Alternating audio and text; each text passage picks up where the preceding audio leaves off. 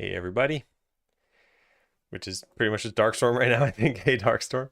Yeah, so where we left off was getting the signs to reflect what it is that a shop sells. And I did that, but the code wasn't very good. Yeah.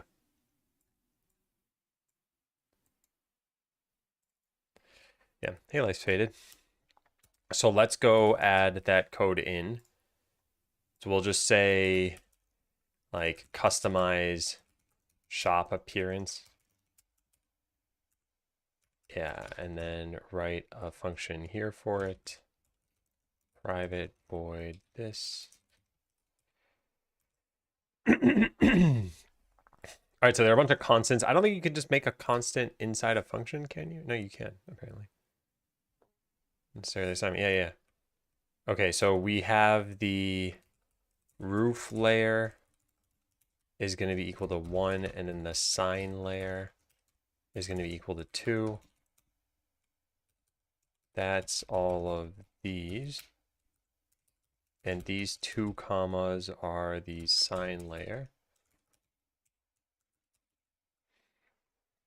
Should we have some global constants? Yeah.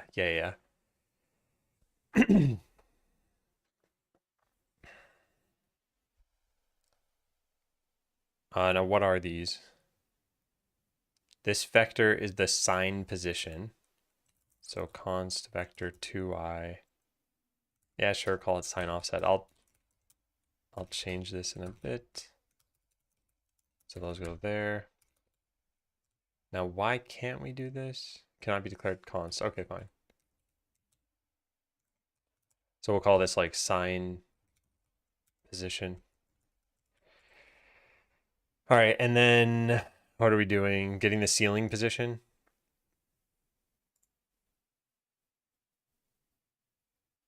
And these could also be const, I guess. It's not really gonna, it will change a little bit, I guess. Like weapon sign is 15.3. And then in sign is 14.4. And the potion sign is 15.2. Oh my goodness. Okay, there. So now this should be the weapon sign. This should be the in sign. And this should be the potion sign. Then when it comes to changing ceiling colors, this is what? Source ID. Tile set source identifier. Yeah, const tile set source ID. Source ID equals 0. There's only one tile set in the atlas right now. And that's where all of these 0 commas are going to come in.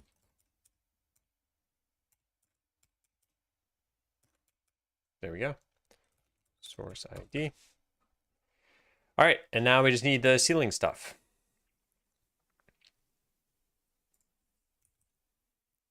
So what we really should do here is just keep track of a vector 2i sign to use.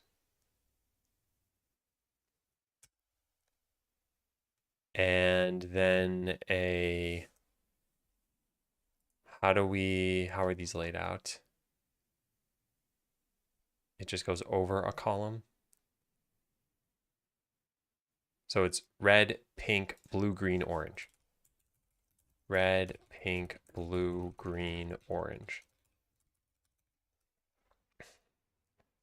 And that's 0 to 4. Yeah. And then we'll just say int ceiling color equals 0. This isn't meant to be like super well thought out or anything. All right, so now we just fill in some variables here. Sign to use is the weapon sign. We put this down here. We say to use the sign to use. And then we put this.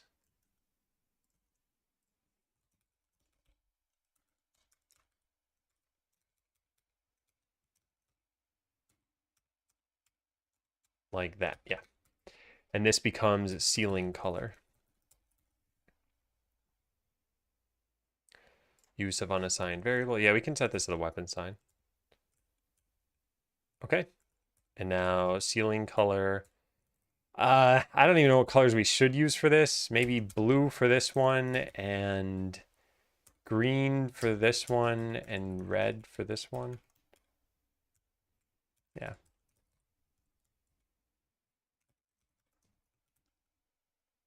It should. Okay, well, there we go. And then the potion sign here. Okay. Then we just need a for loop. Assign a sign. Yeah, so for... Nice. There we go. All right. Now let's go try it out. So now I think I just made the weapon shop blue and the alchemist shop red. Yeah. So weapon and blue and potion and red. Yeah. Nice. All right. So now we can customize all that stuff. This function looks a little bit better. Remove this useless assignment to variable sign to use. Okay. And then remove this too.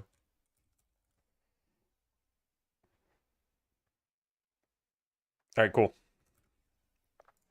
Done with that, done with that, and done with that. So now we add in items of all the different types. So we just have item display, and the only thing this knows is that we have a potion. That's it. They're all just potions. There isn't even an item. It's just a sprite. How do I ban? There we go. I'm not very quick with the banning because I don't have to do it all that often.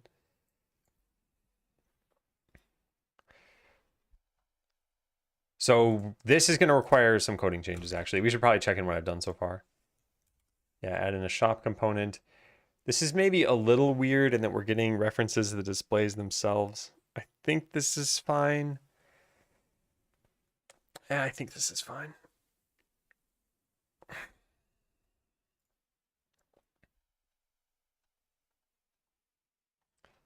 Oh yeah, shop just gets all of its item displays right now. We'll need a way to upgrade this eventually, and I will eventually do that. Yeah, how did the town change? Town now gets these displays differently. How does it work from the storeroom though? Oh, the storeroom had a separate thing. The storeroom has its own thing. I see. Storeroom. Yeah, storeroom fetched these itself. So a shop component had a reference to all of the ones that we needed here. We could have like a has item displays component. That might be a little bit better. And then a way of fetching what we need from it. I'm not sure if I want to do that, but I think that would be best. I'll write that down.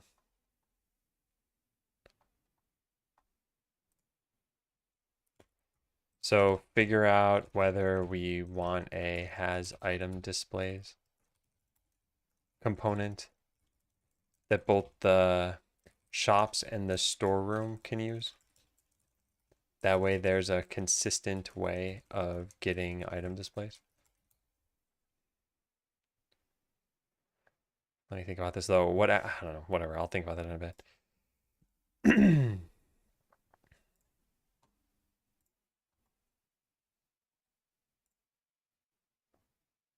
All right, we got rid of the floating text. Technically, getting rid of the floating text should have been its own commit, so let's do that.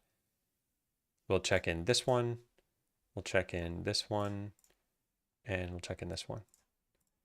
Yeah, so get rid of floating text in certain cases. When buying or moving an item, it's no longer necessary to show text to indicate that an action happened because the item itself is moved/removed. There we go. All right, yeah, pretty straightforward. So what does this change do? It makes shops. So add shops. Prior to this, item displays were just strewn in the town. and not associated to a shop. Yeah. So now we want to add proper items. Wait, we have more we got to close here. There we go. Okay, add items of all types. So start with weapon, armor, potion. So the first thing we should probably do here is go get the item graphics. They're in here somewhere. Items. These are the split ones though. Do we have one that has all of them? Should be... Oh, where is it? I see items. I don't see the items with the transparency behind it. Where's items trans? Oh, that's not good.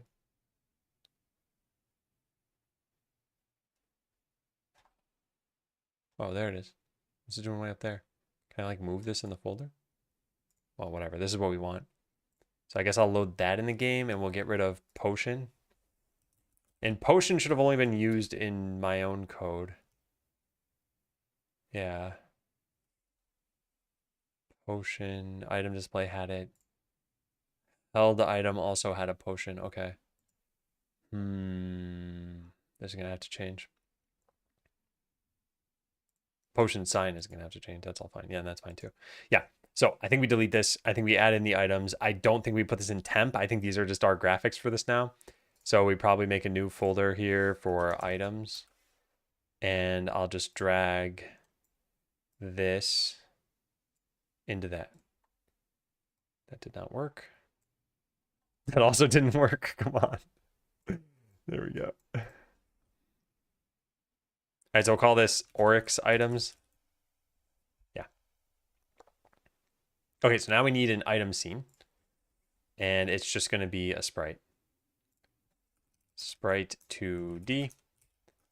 And we call this item. And we give it a script. Hey, Gluscup.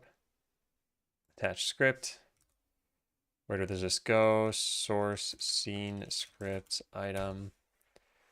Okay.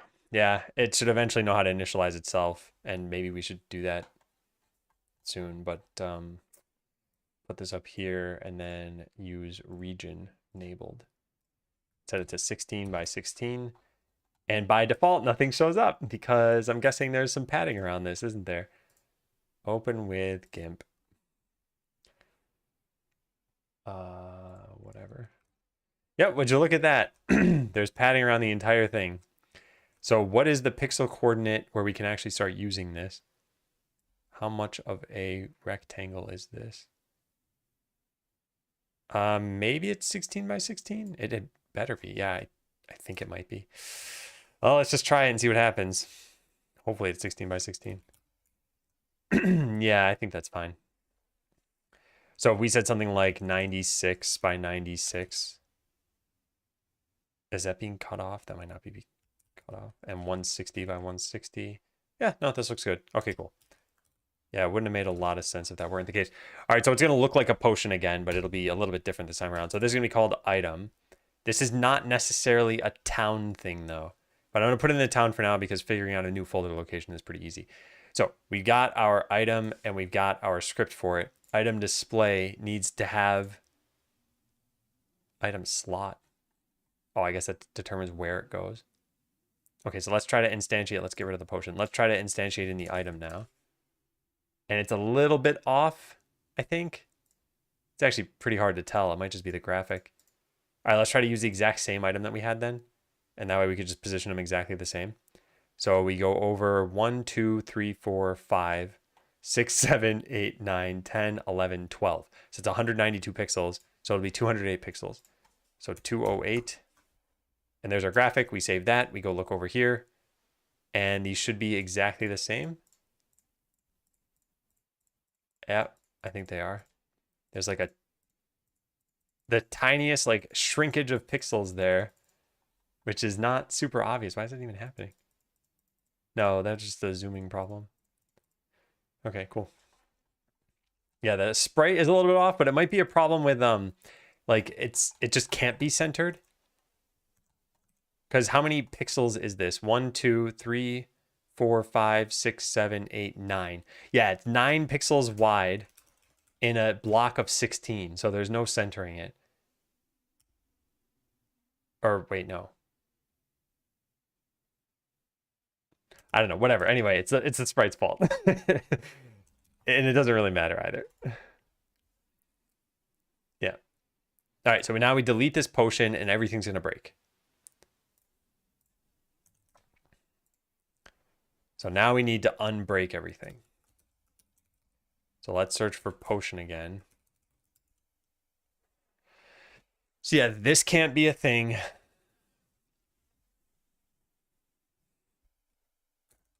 Oh, look, it's my favorite issue.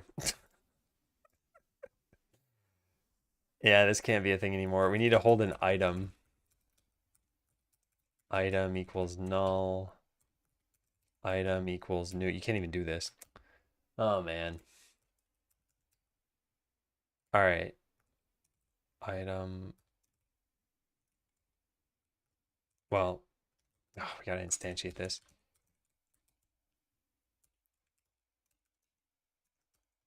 Yeah, so we put this here.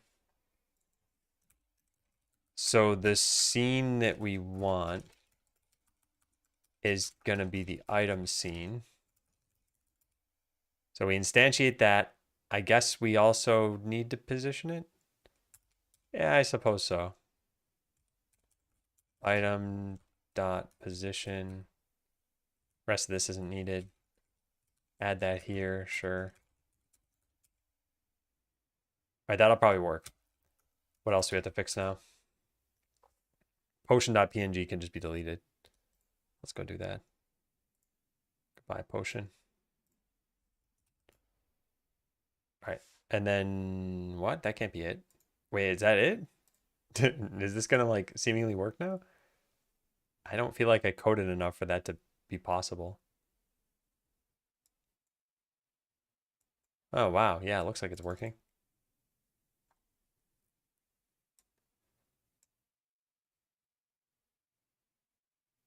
Wow.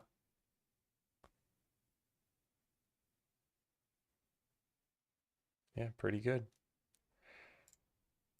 We do have one problem though, which is that the way that you pick up an item is by creating a new one. It needs to transfer it.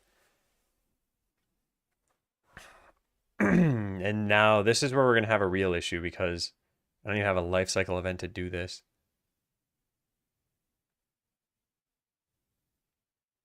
I guess when we create the component, we just need to pass in the item. Yeah, that's not going to be a problem. Item equals item. So maybe we change the position of this. That's a little bit tough to figure out. I don't know what we're going to do with that. Maybe we set this back to 0, 0. Or maybe we let the other thing handle that. Yeah, we only care about our view of this. Make read only, sure. Okay, now when you construct a held item component, we need to add in the item display dot item. There isn't even a way to do this. I guess we'll just call get item. It could just be item. That's fine. We needed that before we removed it. Now item display, we need this. Hey, Toby. We gotta get rid of these booleans from here. Oh boy. All right, item. So actually remove should probably just return it so that, nah, it doesn't really matter. Get node item slot slash item, is that correct? Yes, it is. Wow. Oh, right, there's Godot tools over here that could have told us this. Yeah, neat. All right, so that gets the item. This concept of has item is no longer needed. The item slot might not actually exist. So we gotta delete this.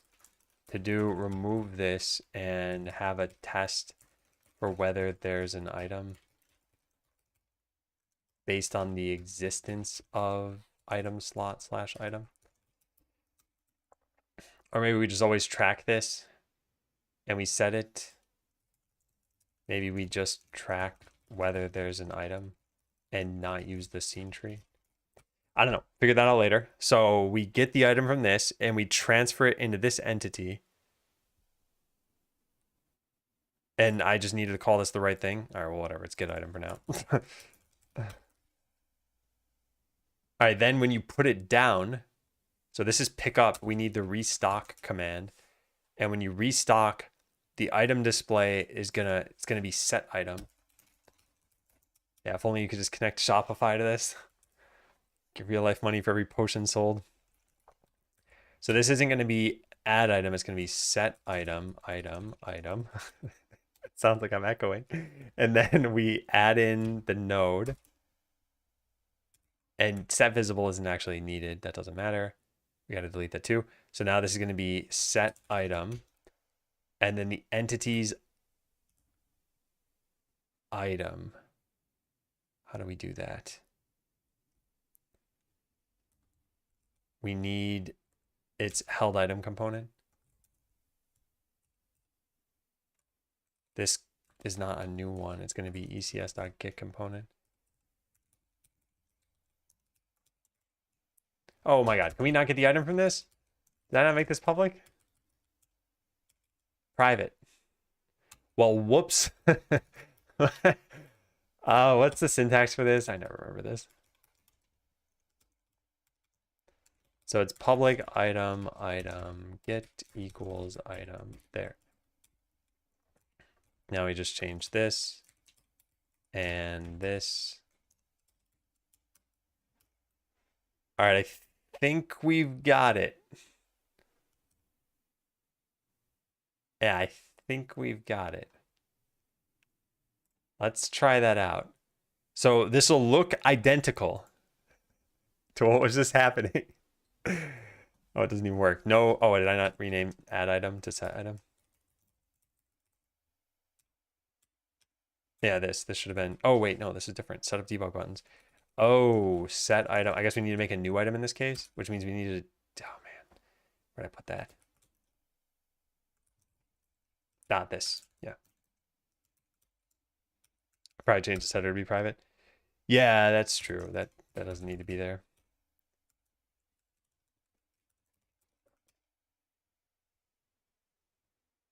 Actually, wait a second. No,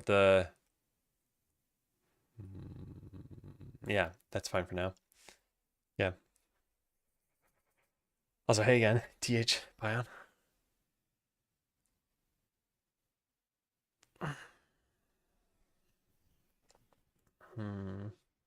I don't think I can remove it only because I think we have a rule set where. Oh, no, apparently we don't have the rule set. I thought originally that it would complain when I did that, but yeah, it doesn't. So you're right. Also, I know I'm gonna rip off Darkstorm here and only give the point to Pion because Pion hasn't had a point yet. Sorry, Darkstorm.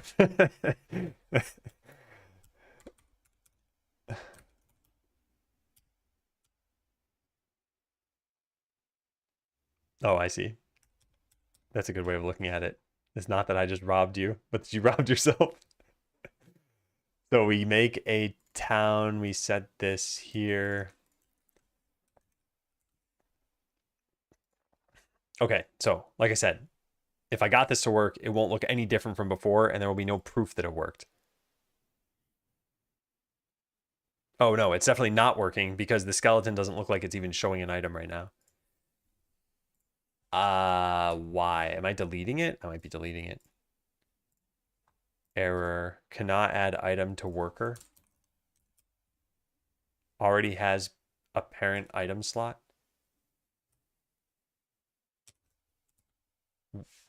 Worker has an item slot no matter what? Is that true? Worker. No, worker doesn't have an item slot. Where am I trying to do this? Item slot slash.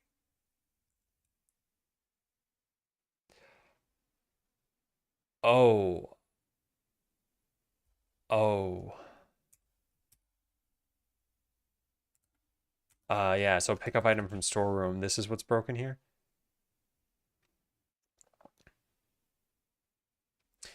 Held item component, when added to the entity, we add the item here. That requires that it was removed first. Okay, I think I see what's going wrong here. I think I need to, this is kind of stupid. I need to like transfer ownership of this item. I need to come up with if there's a better way to do this. Yeah, but that's what I think we need to do. So does the skeleton go pick up an item properly now? Still no.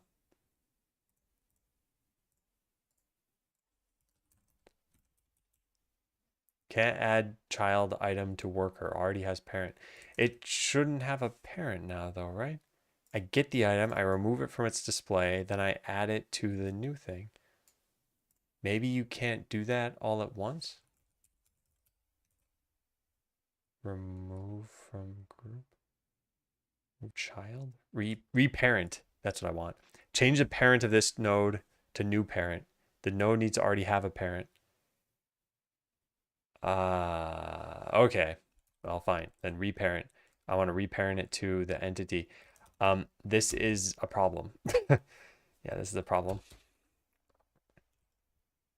So I don't need to remove it. And then in held item component, I don't need to add it. And then the same problem is going to show up where I'm trying to remove it here, but that's not going to be necessary. I don't like this at all. I hope there's a better way of doing this. But let's see. At least does the skeleton pick up an item now? Yes, it does. Oh, yeah, I don't like this. Godot reparent. Can I do this on my own?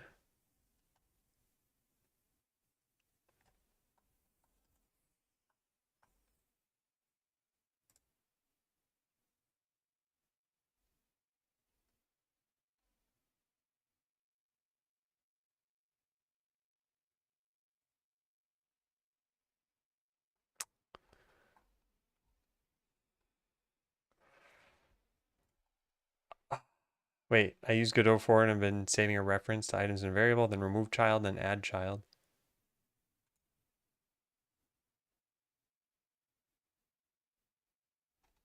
Wait, that didn't seem to work for me. They're swarming it. They're very enterprising skeletons. Hey, Plilo. What's the problem? The problem is I couldn't call remove child on one thing and then add child from the other side. Let me find this code again. Where did I have this? Remove was in pickup. Yeah. So pickup, I had this here originally. Remove item. Remove item. Oh, it never. Never mind. Never mind. There's no problem. I'm just dumb. Yeah, I never actually called remove child. Okay, there we go. Yeah, whoops. And then this should add the child. Yeah, okay. Hey, blinded eye. Yeah. Rubber duck strikes again. All right, so we don't need this, and we don't need to do the stuff that I did here. Yeah, so this can be put back to what it was, and I think it'll work.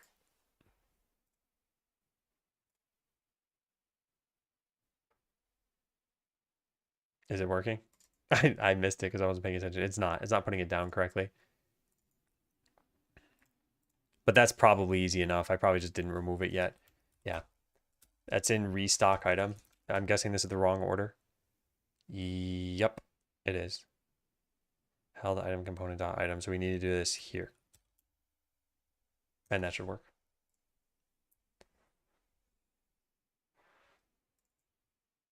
There was a dev at my last job who had, oh, that didn't work still, who had a bunch of rubber ducks.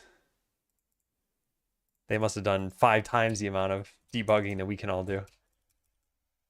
Can't add it, already has a parent worker. Why does it already have one? If I remove the component, oh, whoops. Oh my God, I didn't put it one line farther down. Misread, whoops. All right, so now we should be good. This should put it down here and it should actually appear. Yeah, unfortunately, it's 4 pixels too high.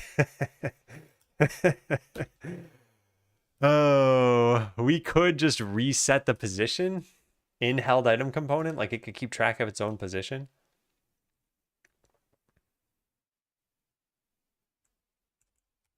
So that it can set it again when it gets removed. I kind of want to do it. Private vector to item start position. We can just set this like that. Actually, this will just start at 0. It does have a default value. All right, and then we set this here. Whoops, item start position equals item dot position. And then here, right before getting rid of it, we set it back to its start position. Okay. Hey, Grace. Hey, APX. Hey, Kesha. A field should not follow a property. Sure. What happened to my blank line? Oh, there we go. I pressed enter before the semicolon. All right. I think we're good now. Let's see. Yep. Looks good.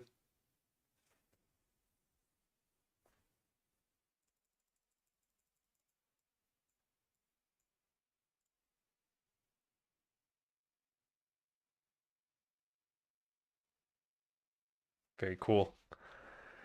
Very cool.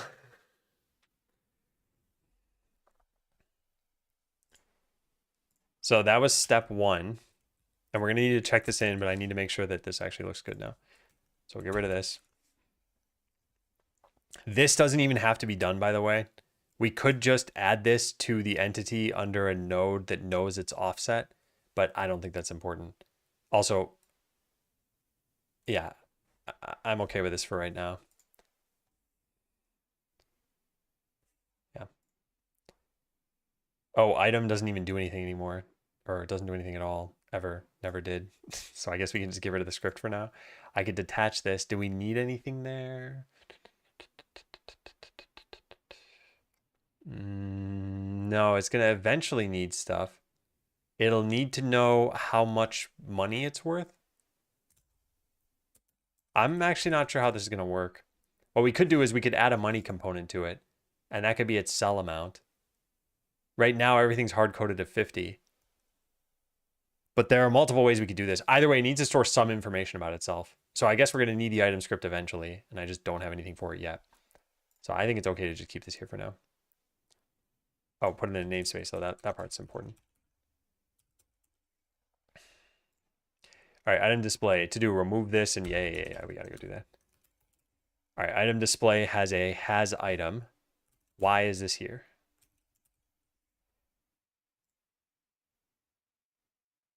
Okay, I see. So we're still going to need this concept of does the display have an item? That makes sense. But the way we should check to see if it has an item, I think we should just keep track of the item that it has. Public. Actually, should this be public? Probably not. Private. Item. It's actually an item question mark. When we start this as null.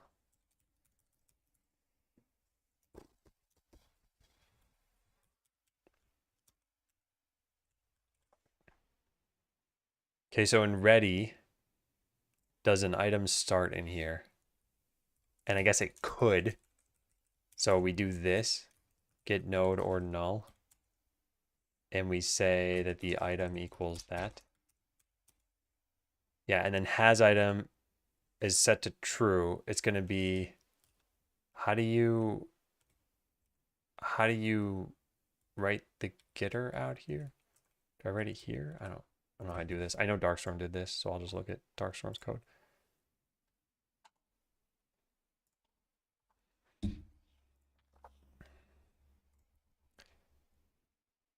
I just don't remember the syntax. But I know that Darkstorm did it, so we're just going to search for get and eventually figure out how you write this. Probably in one of the files that's collapsed right now, so I'm not actually going to be able to find this. It is. What am I looking for? There's a way to write a getter function just in line. Where is this thing? No, maybe it wasn't here.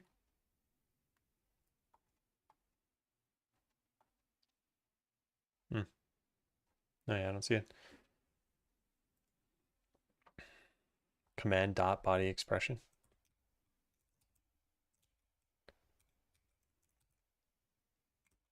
Yeah, I think set must declare a body because it's not marked abstract, external, or partial. Can I just get rid of this? I think we can just make this a function. It doesn't make sense to ever set this anyway. Yeah. Yeah, thanks, Jackal. Yeah, the errors are from error lens. I'm just going to change this into a function. We'll just do that. Public bool has item. This is just return item not equal to null. Yep.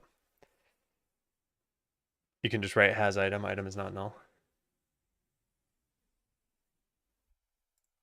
I don't know what's better, I guess. It doesn't really matter to me what we put here.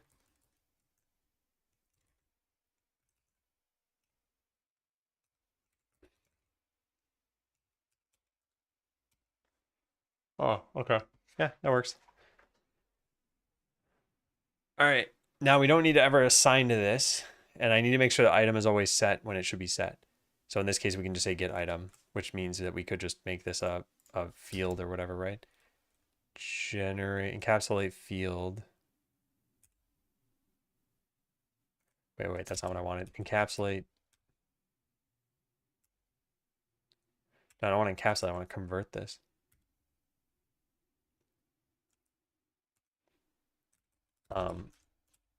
I don't know.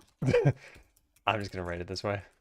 So I think getting the item is pretty reasonable. So we can do this item get equals, and then this will be potentially set. Yeah, so we do something like that. All right, now we replace all of these. Before I do this, let's rename this to capitalized item and then do this. And then give it a name and then delete this thing. I'll eventually realize what I'm doing here. Did I delete something that used to be there though? Yes, I did. It's called cost label.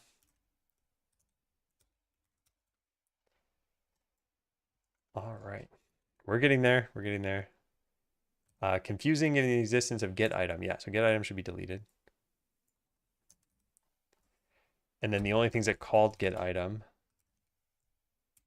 was this. This should now just be item.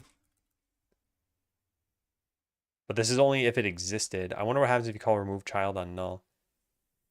When this node is inside the tree. I don't know what happens if you try to call this on null. Hopefully it doesn't do anything bad.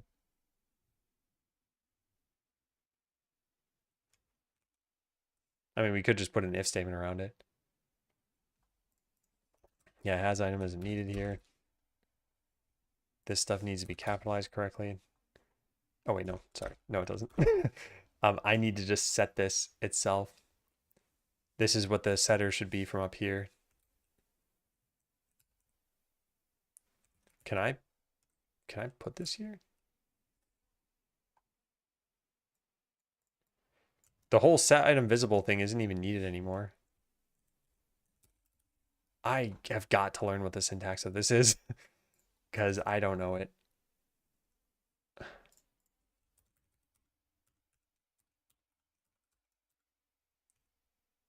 Yeah, maybe this is how you do things and maybe not.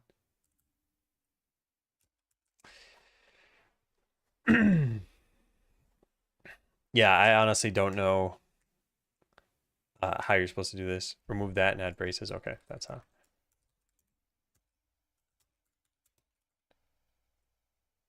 Name item doesn't exist in the current thing. Oh, how do you, yeah, what do you get as the value? Is it like a, is that it? Yeah, I think that's it. Wow, that was knowledge from like 11 years ago or something. Because I don't think I've done that in a very long time. All right, item get must declare a body. Does it? Isn't the whole point that it can just know what to do?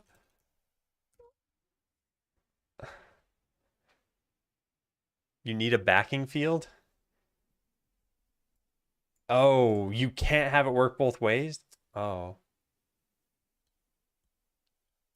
So now I need a like a private item question mark underscore item. This is super weird. So get would be item.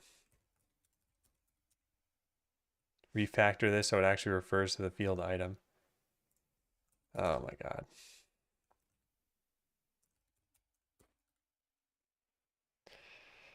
Yeah, welcome back, item. I don't like this. Because now I could just set this and I don't ever want to just set this. I always want to use this one. I'm I'm very torn on this. Hey Zaphoid. Can make it an auto property of the private setter and bring back set item. Yeah, I suppose I'd like that better.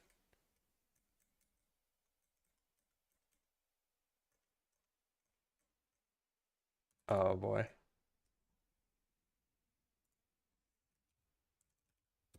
All right. So now we get rid of this. Get rid of this. Get rid of this. And set this here. All right, this concept of set item visible, I don't think should be a thing. Oh, there's a cost label though. Oh, whoops. So it should still be a thing. But the actual item slot doesn't really matter. It's got no visibility on it. Okay. I don't think set item visible is important now. I think it's like set cost label visible.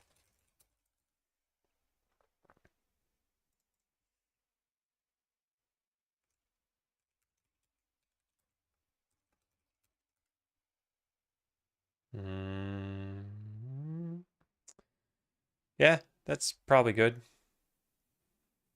There are probably a million errors outside of this because I don't remember what external callers thought about this class beforehand. Type item cannot be found. Are you missing a directive? This is in held item component on line 6. That is correct, but that should have never worked before this. So I don't know what that's about. Let's rebuild one more time. Yeah, now here we go. Here are the real issues here. So pick up has no reference on line 51 to get item. This is just item. And it's not invocable. And if we're going to just do it this way. Oh no, we do need to save this off before, right?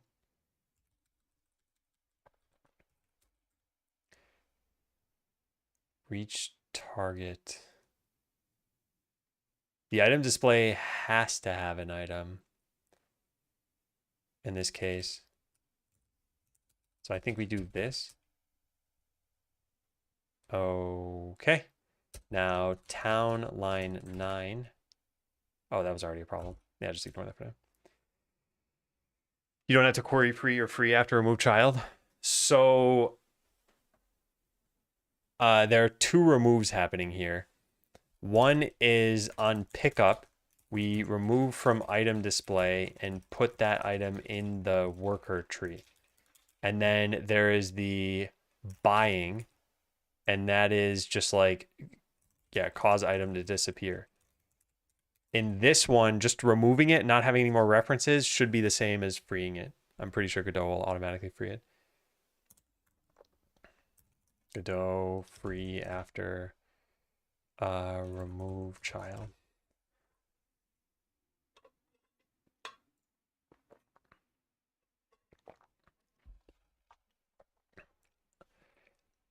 It does not delete the node or free up any memory. Wait, really? It's got its own reference count, though. I think removing it is fine. That's a big mug. Boy, do I have a command for you. Check out that clip.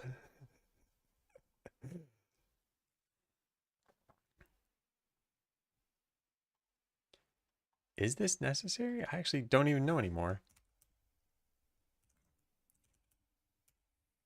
Free. Maybe GD script? No explicit garbage collection. Sounds like there's just reference counting that leads to deallocation. You can call this yourself. Yeah. I think it deallocates itself then.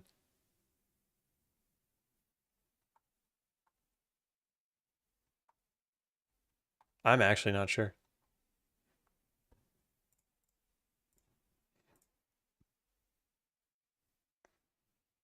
If a node is deleted with free or Q free, all of its children are deleted. Yeah. Okay, it does free certain objects that are no longer used. Yeah. Okay, good. Ooh. All right, so then where did I just leave off with this? I don't know. Let's just hit play and see. So we should just see everything working correctly, right? Skeleton goes and what are you doing, skeleton? Okay, this means it has item is probably broken. Yeah, it certainly seems that way. What are you doing? Child data parent not equal to this is true. This means I did some like reparenting garbage. All right, let's read through the code again. So when it reaches its target, we take the item from the display, remove it from the display, add it to the entity. Was that happening? I don't think that was ever happening. But removing the item, the customers can still purchase things, right?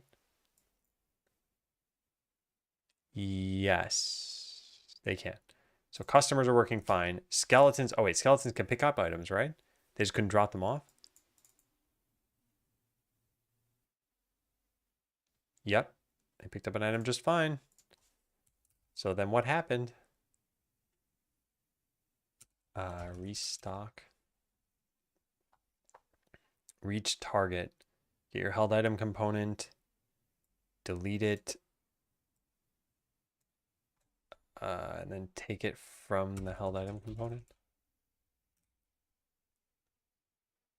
Yeah, I think all that should work too. I wonder if the problem has to do with the item display itself, not tracking when it has an item. It's just whether or not it's null. So am I not setting it correctly? Nope, I'm not setting it correctly. Well, that explains that. Problem solved.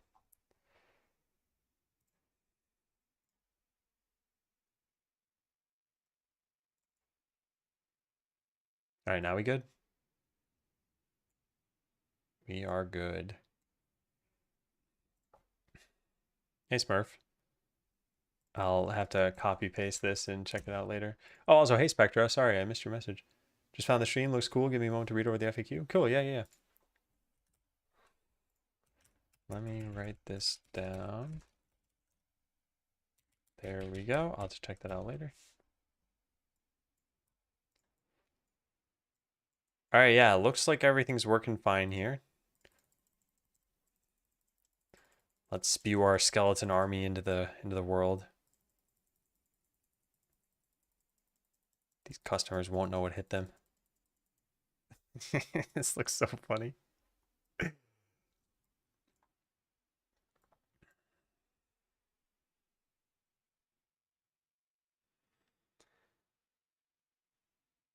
Go customers.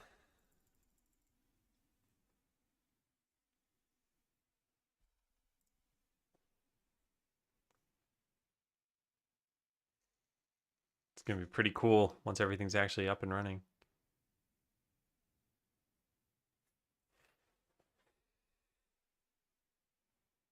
I see, Smurf. Yeah. I'll have to take a look. Hey, Calarana.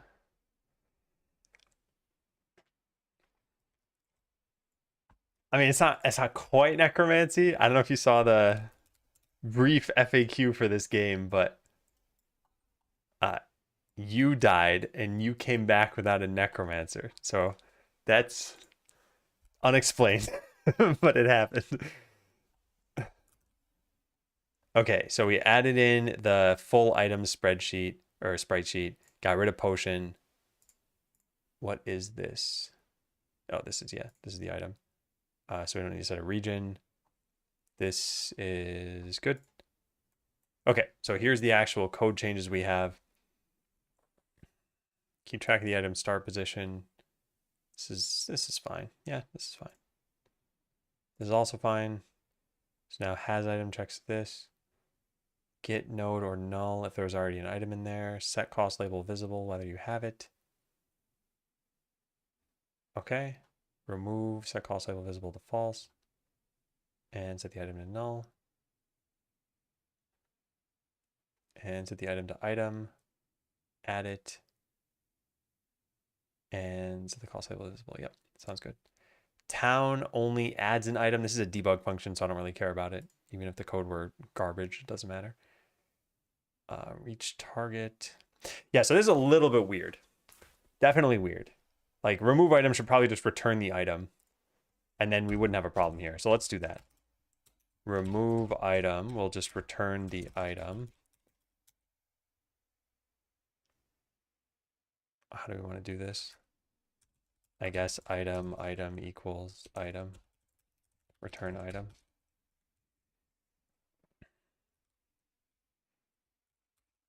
Yeah, I guess if there was nothing here, then we just, if item equals null, try to remove an empty item from an, oh, that's pretty good. Yeah, in fact, this should probably just be an error. What do we call that? There's a thing I have. Illegal state is now called invalid operation exception. Yeah, that's what we want. So invalid operation exception dot throw if null item. And can we give it a message? How do we do this? Does this have, there's no throw if null? Oh, that's only for, oh, okay, well, fine. I'll just throw a new one from here.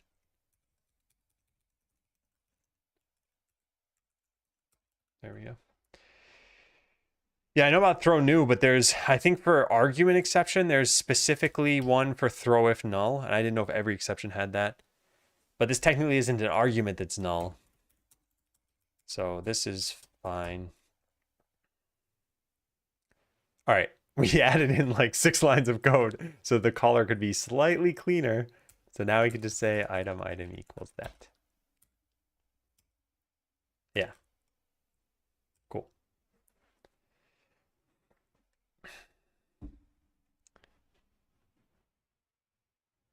Just use this even if it's not related to method arguments. Yeah, it doesn't really matter, I suppose.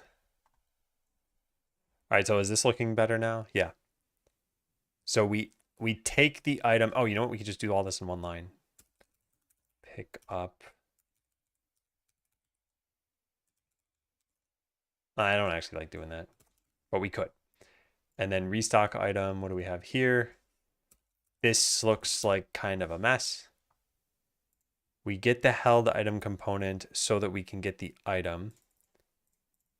So how about we just save this off as an item then? Item equals this dot item. And then remove these things and then add the item back in. And this has to be done in this order. Yeah, I think this is good. Let's test it one more time, then I'll check in, and then we'll add different items. I really need to make a button that doubles the speed of the game. Let's just do that now. So where is add worker? It's in town. Okay, let's go to town and then duplicate this button, I guess. What is going on? There we go. So we'll say double speed button. Or just speed button, sure. Increase speed. All right, there we go. Now we search for the add worker button. Here it is. We add in another button. This is going to be the increase speed button. Hey, Jam Biscuit, how's it going? You playing or making games? Thanks for the raid. What's the reason you don't use var? The short reason is for code reviews or any like new people looking at the code. Not that this really happens. It's mostly for code reviews, I guess.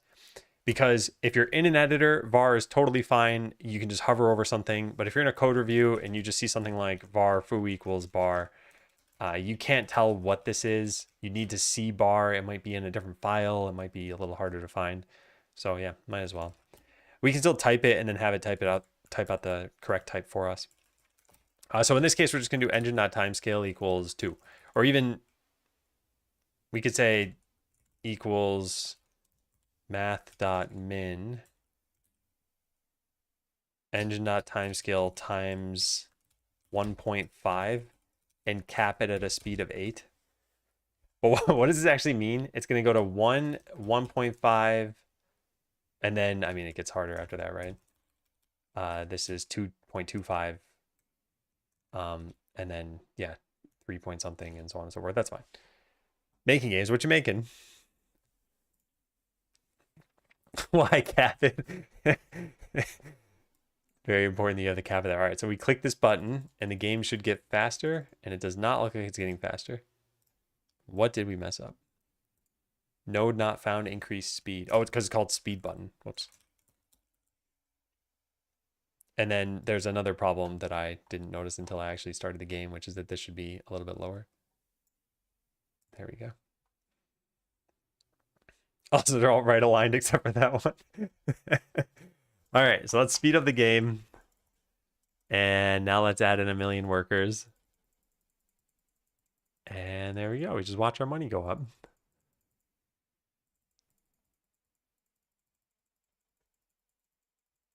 All right, how crazy can this get?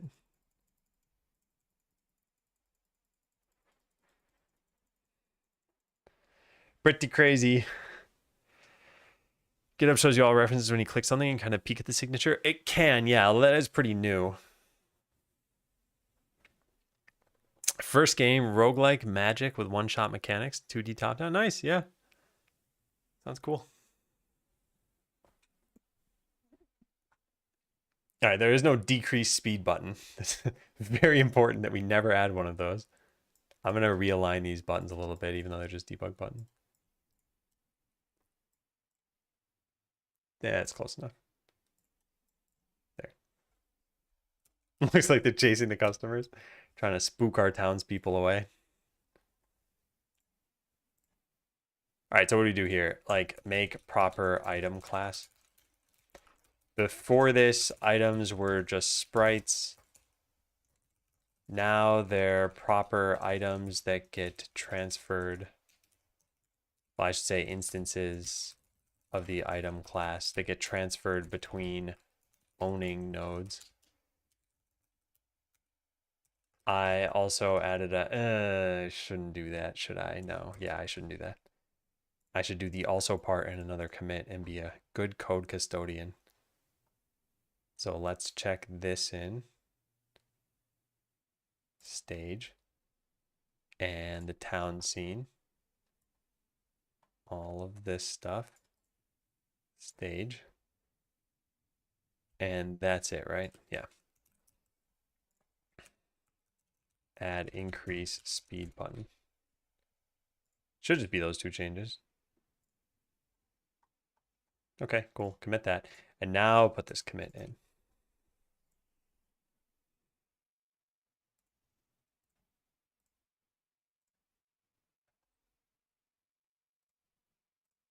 Yeah. Oh, yeah.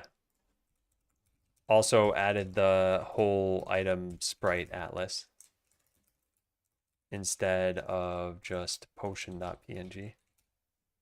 Yeah, there we go. Take care, Jam Biscuit. Good luck on the game, and thank you for the raid. Have a good sleep. Yeah, that's true. It is break time.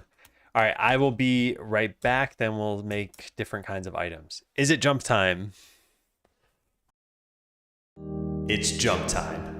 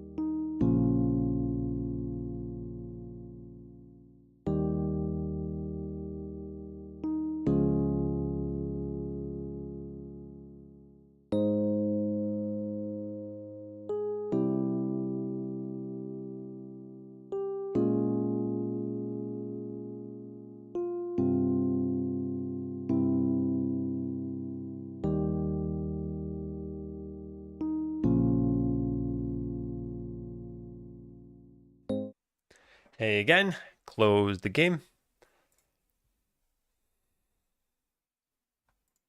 Close the game.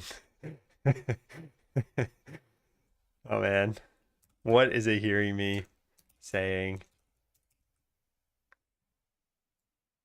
Close the game. All right, there. I'm guessing that worked. Yeah. That was the game. All right, next task. Where'd the task go? Where did the task go? Oh, I must have closed it. Well, let's go reopen it.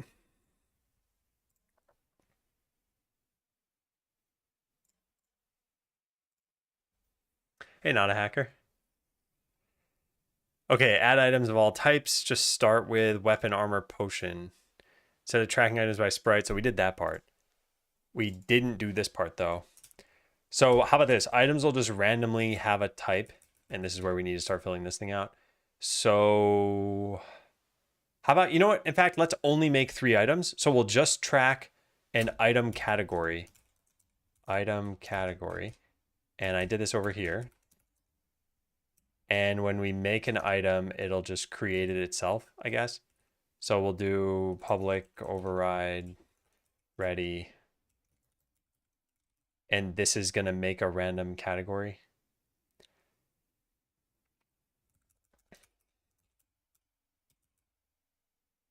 This can't be here. This also, I guess, can't be here. And that should, you probably shouldn't be able to set this. All right, now we're just going to tell the AI to do something here. Randomly pick a valid item category for this item.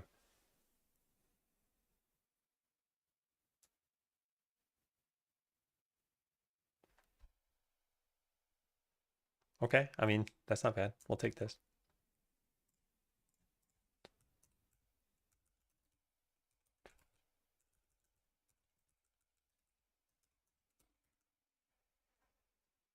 So does that actually work? Because I have no idea. Get values, type of item category as item category. I'm pretty sure you could just say item category dot get values, right? Yeah, you can. So we can delete that part and then do a var here and just have it fill it in for us. Oh, there is no, you can't do that? Item category?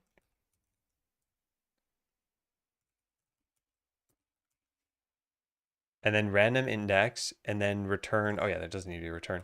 Okay, so this is our category. So now we're going to set this item category equals that. And then we need to change the texture based on the item. This is a little annoying because we have a giant sprite sheet here. And we need to figure out what indexes we want. So potion, let's pick the bigger potion.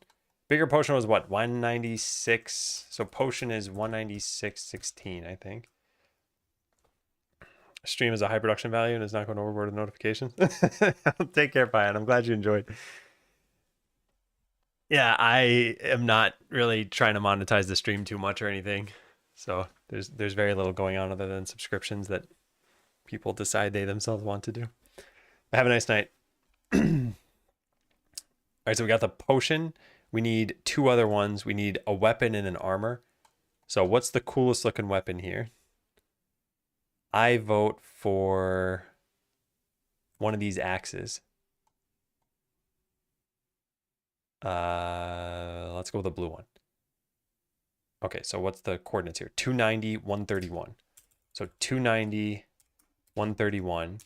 Now we're going to do something a little bit clever here. We're going to do this divided by 16 directly in the editor. And those are our tile coordinates for the axe now. All right, next we need an armor. 50%, that's pretty good, yeah. All right, so what's the coolest looking armor? Let's go with one of these cloaks. Let's go with that, let's go with the purple one. Okay, this one is 232, 199. 232, 199, divide them both by 16. And it is 1412. Okay, so those are all of our graphics. Actually, you know what? Let's pick one potion farther to the right. Oh, there are blue pixels in there. I wonder if that was intentional. Huh. I guess you can't really see, but that feels like a mistake because I think those blue match these blues. They probably copy pasted and then didn't change them. 11 years ago or something. Yep, I think that's what happened. And I only just noticed this now. So yeah, we'll go up by 16 here. Oh wait, can we do that? Oh, these all need to be multiplied by 16 in the end anyway. So what I did was kind of stupid. All right, well, we'll just add 16 to this, multiply this stuff all by 16. Yeah, if we just put commas after, it'll be easier to do. Times 16. There. Those are our coordinates. So I want these in here. So we're going to say int region X equals, actually just don't care, and region Y, and then switch item category. Oh, no, no, oh, I did it. It did it all for me. Excellent. Good job, AI. Unrecognized item type.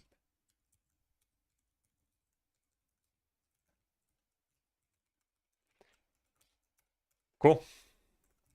Now we set, how do we do this? Item is a sprite, and sprite can have a region or always has a region. Why can't I copy this? Copy property path. All right, what is your property path? Region rect. Okay, so we do that. Region rect equals done. Done, done, done, done, done. These can technically be the old size that we had. Region rect dot width. Can you not do that? Does that not work? Rect2 does not contain a definition for width. That's weird. Hey, Alta4, how's it going? Thank you for the raid and welcome in everybody. I've been working on a game called Skeleseller. Oh, actually, I have logos I could show for this. Oh, wait, check this out. Did I delete them? Oh no, so much for that. Yeah, well, whoops. Okay, hang on, let me go find this. I want to show you the cool logos that we have. All right, here it is.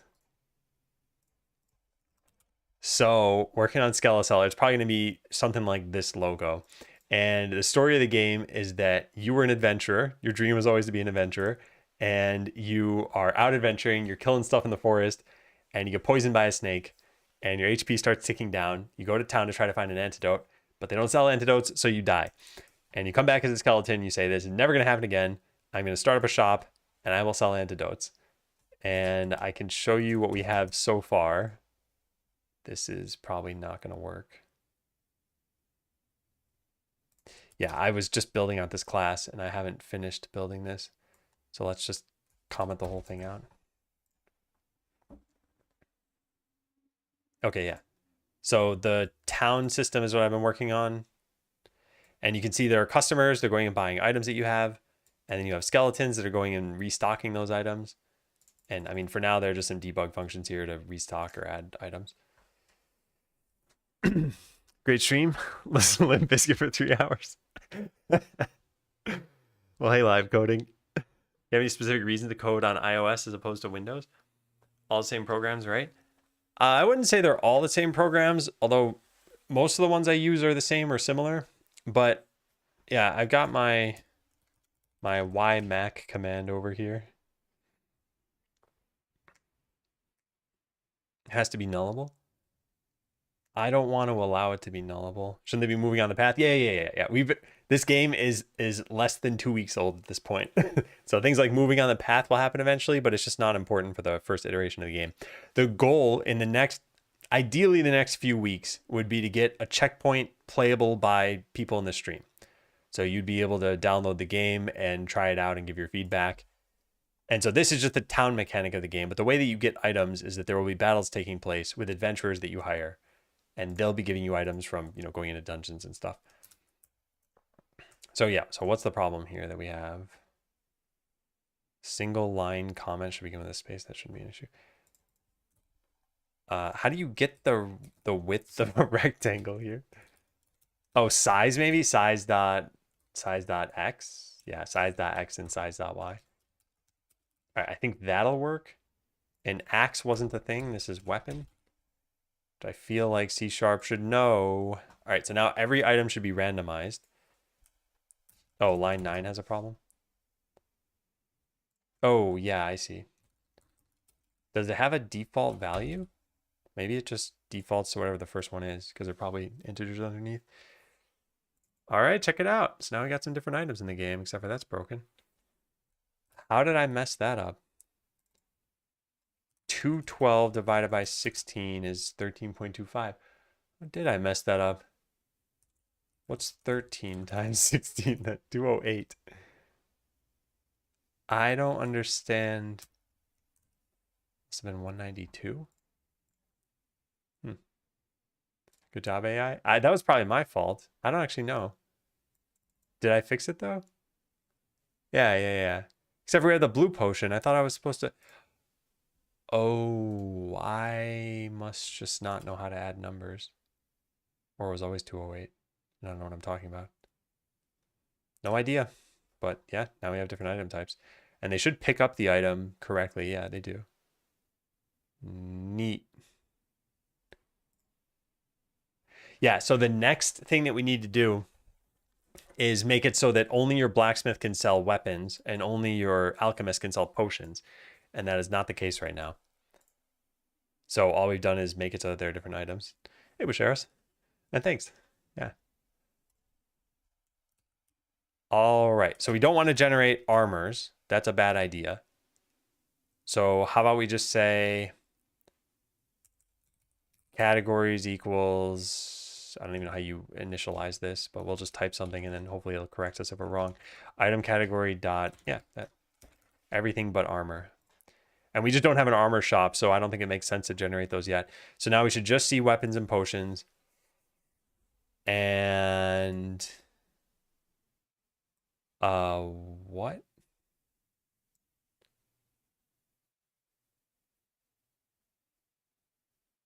Where are the wait a second. Something weird happened at the beginning there. How were there 3 weapons on the weapon tables and then 3 potions on the... Oh, that was totally random. Okay, the odds of that happening are, what, 1 out of 2 to the 6th? So a little over 1%. I guess that's not that rare. But that was unusual. All right, so getting them to... So this is technically done. Now make sure restocking only happens to the right shops. Okay, so picking up an item doesn't... Oh, actually, wait a second. Oh, this gets into certain interesting kind of race conditions here. Race condition. So skeleton 1 picks up an axe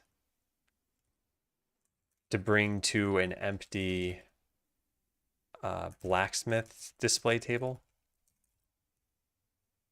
And let's say there is 1 empty blacksmith display table and there are 2 axes.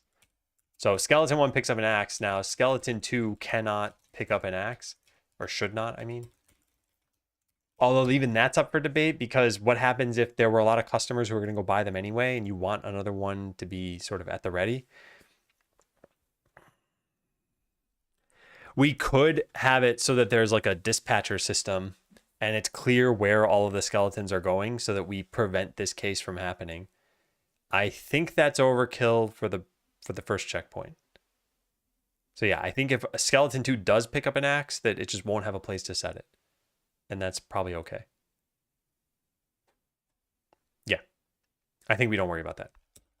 So the only thing that matters then is restock items. When you pick a target, it's got to be a target that matches the item that you're holding. So to do, only pick a target that matches the item that you're holding. What if he picks up an axe? Then he'll just wander around with the axe in his hands. And then eventually the axe will be sold from the display table and there will be a slot available. You'll see this play out in about hopefully like 5 minutes when I've coded this.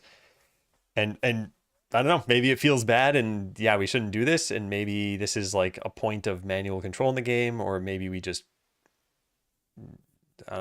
keep it anyway. So right now we get all of the displays. We want to filter those displays by the ones that will actually work.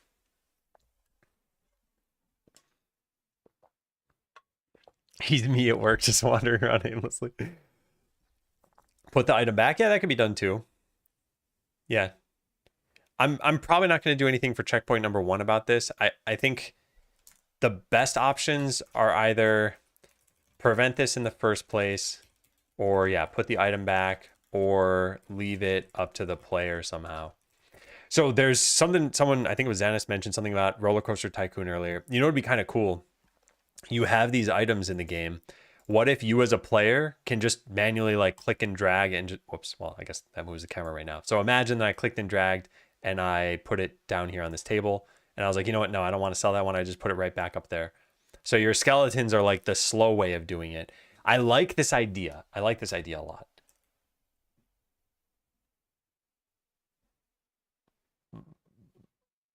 I'm just going to write it down in the idea section, I think. I don't think we're actually going to do it.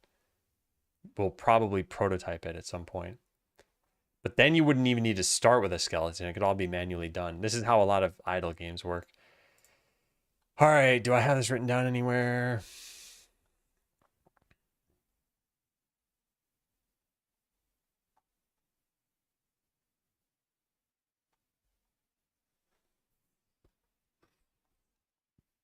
No, I don't have this written down anywhere. So I guess we'll just make a new thing, manual control. Maybe you can arbitrarily drag items around. Well, not arbitrarily. Drag items around to valid spots. E.g., if you don't want to wait for your skeletons to move an item, you could drag one from the storeroom. Or even put one back in the storeroom. Maybe there's a way to discount an item when you're holding it. Are they people who died the same way as you because they still haven't gotten that one potion? I don't have a lore explanation for that. And really, maybe they're not even skeletons. Maybe they're just regular people who decided to help you. Maybe you hired them. They don't even need to be good people. Maybe we're a necromancer? No, I don't think that can work.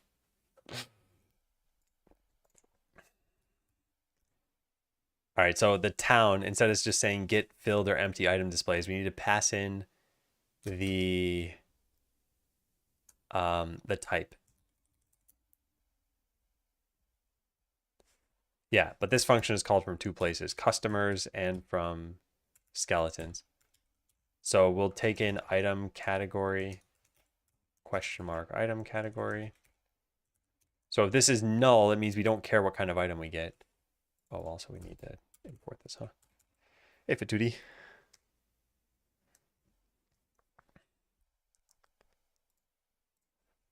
So if the filled property is correct, and if item category is null, or if the items, oh wow, is this exactly what I want? Possibly null reference.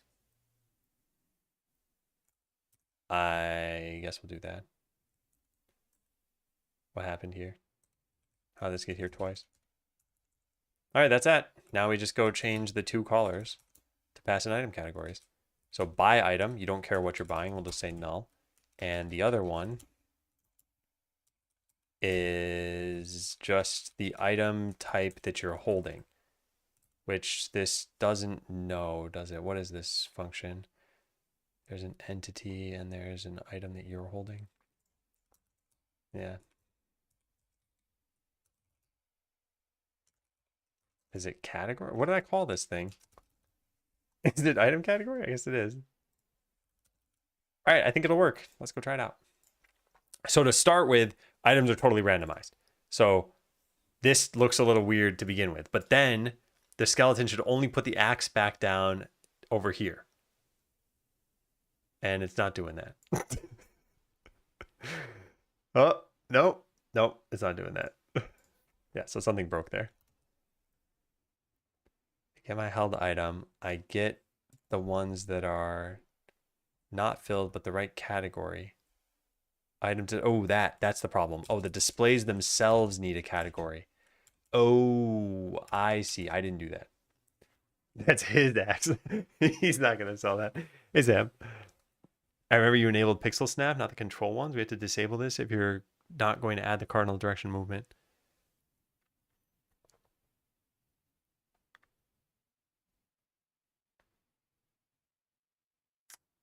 Disable if we're not going to add cardinal direction movement. We will add in, at least I think we'll add in the cardinal direction movement. We haven't gotten there yet. That's all. Also, the jittery movement is another thing that I feel like is a problem for us for later.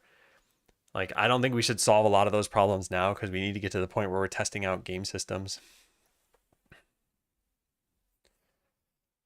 All right, I see the issue here. So the issue is that we can't rely on the item telling us what the category this thing is. So an item display needs to know what its category is. Item category. So how do we set this to begin with? Also, it doesn't technically need an item category. It could hold any item in the case of the storeroom. So I guess if something starts with an item, then we'll set the item category based on that.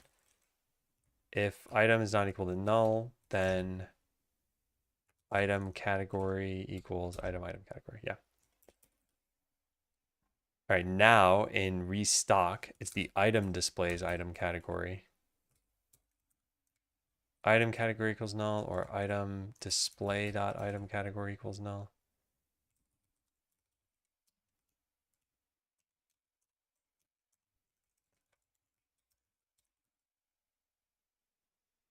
All right, that'll work, I think. I need to fix this function. I think this is bad.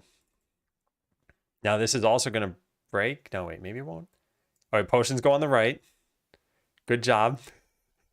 And axes go on the left. No, bad skeleton. Don't do that. Oh no. What was the point of this? If the item category is null, or the item displays item category is null, or the item displays item category equals the one that we passed in. Yeah, and the item displays category is set if there was an item in it. Yeah. And when we seek these out in restock, we pass in the items category that you're holding. Huh, wonder what's wrong here.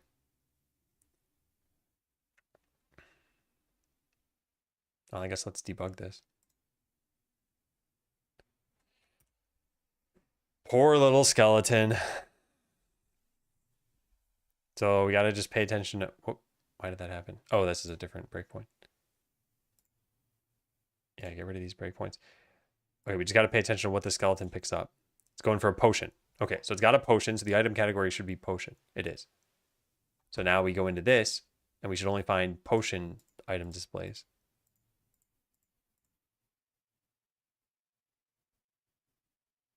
Oh, this is going through shops. Oh, the shops have a... Oh, what am I doing? We don't need to do this. The shop has a concept of what category it belongs to.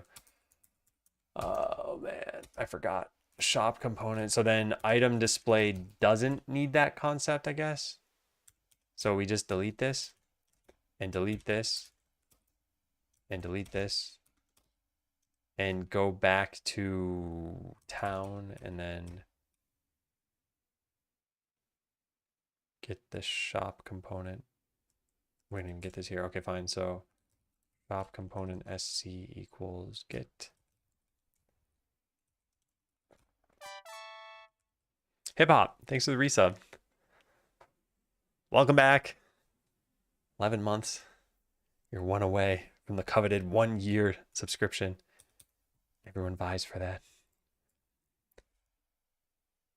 All right, so if the shop can't have no category. Oh, whoops, that's why.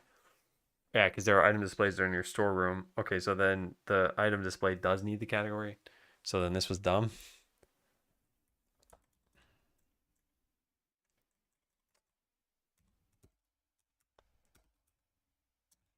Can't wait. Me neither.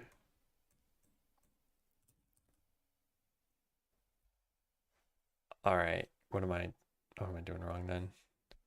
Let's just see what this says.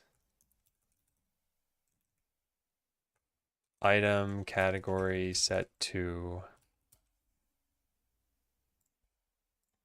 It should be 3 potions and 3 weapons.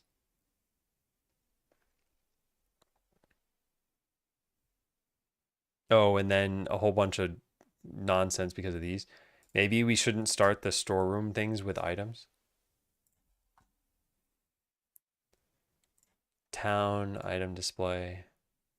We'd have to make all of these editable. Oh boy. And then we just delete the items from all of them. That would work. There's really no other way to do it, I guess, for right now. So I guess, yeah, we have to delete this. Delete node. Can't operate on nodes from a foreign scene. Isn't that the point of editable children? Huh.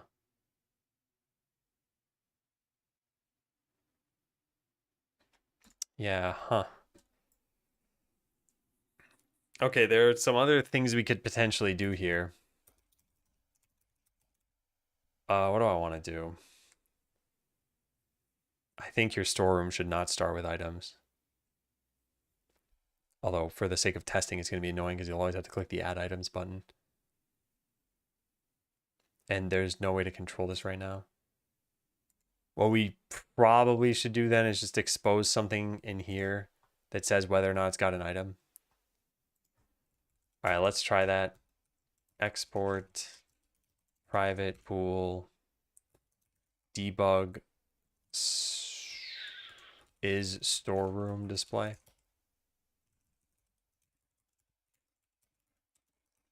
All right, if this is true, we're just going to delete the item from it.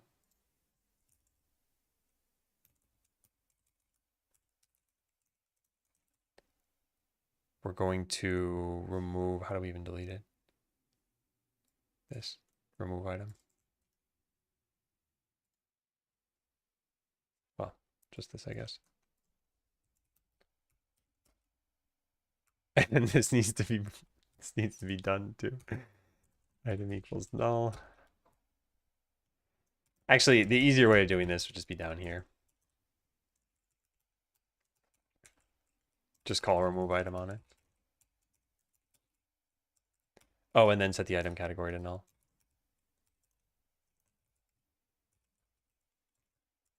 All right, and now we can do this here.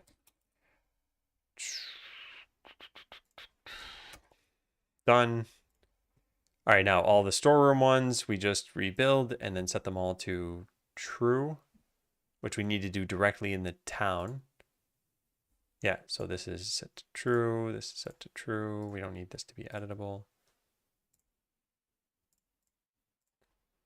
Yeah, I wonder if we can change multiple of these at the same time. Yeah, looks like we can. Great. Just found you today. How long have you been working on this project? So I'll show you the full answer and the short answer. Full answer is that this started as a prototype called Idle Ascendance, and that is playable here, which I'll link in the chat. And this game was just the battle system of what you're going to see now. So you had a character, you could move it around in a world, and you could choose attacks. So except for the choosing attacks, this battle system is going to be pretty much taken into the new game. But that wasn't really enough for players. So I spent about 3 weeks coding this that you see here. And like it works, and you could get new characters, and there was a skill tree. And then I spent, I don't know how long, a week maybe, redesigning the game. And we've been coding since last Wednesday, I think. Where was this? Yeah, April 17th. Yeah. So there have been 4 coding days for this, I think. All right, did this work? So here were all of the categories that we have. We should have 3 potions, 3 weapons, and 6 nulls. And we have 4 potions. Oh my God. I know why this is happening now. Because of the starting state of the game. Wow, I never would have thought of that. I also didn't think this would help. So I can randomly generate a potion in the weapon slots. And now a potion will just always have to go into this slot again. So if we watch this one very carefully and increase the speed maybe. So a potion will have to go here. It might take a long time. Let's just add some more workers. We're gonna see it though. Come on, bring a potion over here. It did it. Okay, yeah, that's the problem. All right, well, now that we know that, let's go fix this up. In fact, maybe we should just start item displays without items at all. Yeah, that would make a lot more sense. Let's do that. This was stupid. This is really stupid. Thanks, Sky Collective, and welcome in. What was I gonna do? Display, and we're gonna delete this, and we're gonna get rid of the items that you start with. We're just gonna say item is null. Item equals null, which I don't even technically have to do that. So we can delete. Oh, and then item category. The display doesn't have a concept of a category. This needs to be set somehow. I don't know how we're gonna set it yet. But yeah, delete all this. And then set this to false, I guess.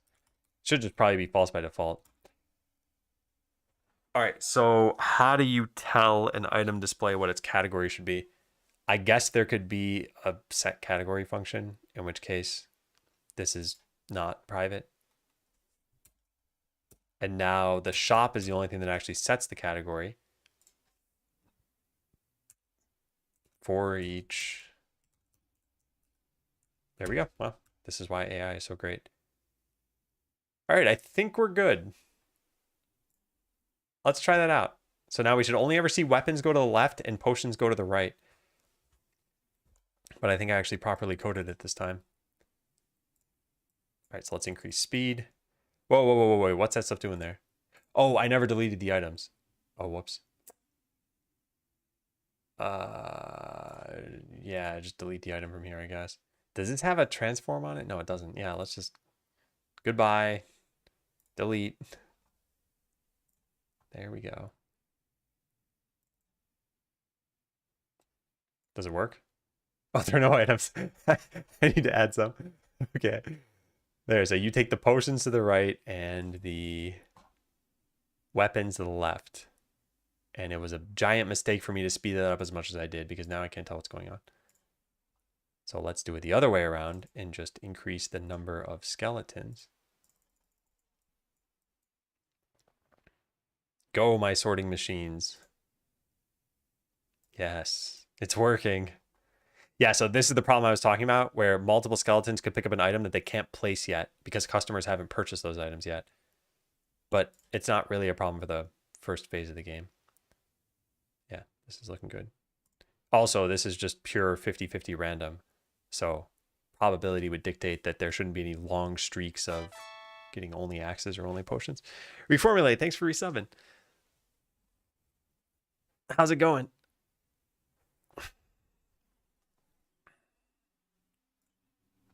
All right, nice. Yeah, I am liking this. This is looking great. I'm doing well. I've been putting a lot of thought into just sort of how I'm approaching the development of this and just kind of managing everything. And yesterday I had a few breakthroughs. I showed this earlier. Yeah, this picture. This is kind of what I'm envisioning for the overall town that you have. I mean, with, you know, not as prototype looking as this maybe, but you got some houses for your adventurers and maybe for your skeletons. You got the guild where you can level up your adventurers. You got your storeroom with all the different items in it. And then you have the individual storefronts with item displays outside of it where customers can go and pick up goods. So we were just coding the storefront part of this and the storerooms. So this is your really simple storeroom, and these are the simple storefronts, and there's the portal that, you know, workers and customers come out of.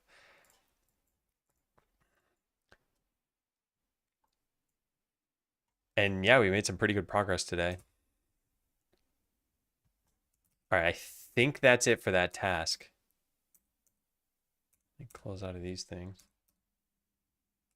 Make sure restocking only happens to the right shop, so we're done with that. All right, what do we do here? So now item displays no longer start with, yeah, so only allow restocking the right types. So axes go to the blacksmith and potions go to the alchemist. What else was I going to say? Oh yeah, item displays no longer start with an item in them. They won't in the real game. They won't start with items in the final game anyway. Or maybe one would. Like maybe you start with an axe for sale and you sell that axe and then that's it. Now you need to go find another one.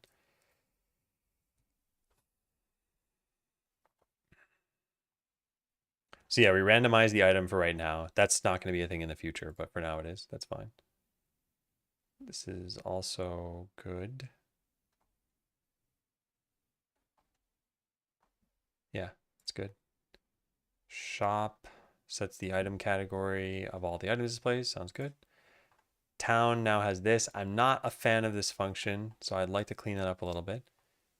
Buy item looks fine, and restock item looks fine. Yeah. Yeah, so it's just this that I want to clean up a little bit.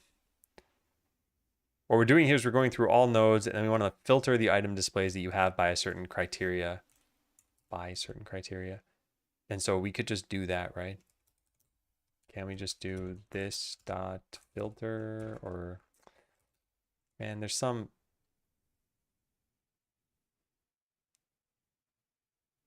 I guess that doesn't really help.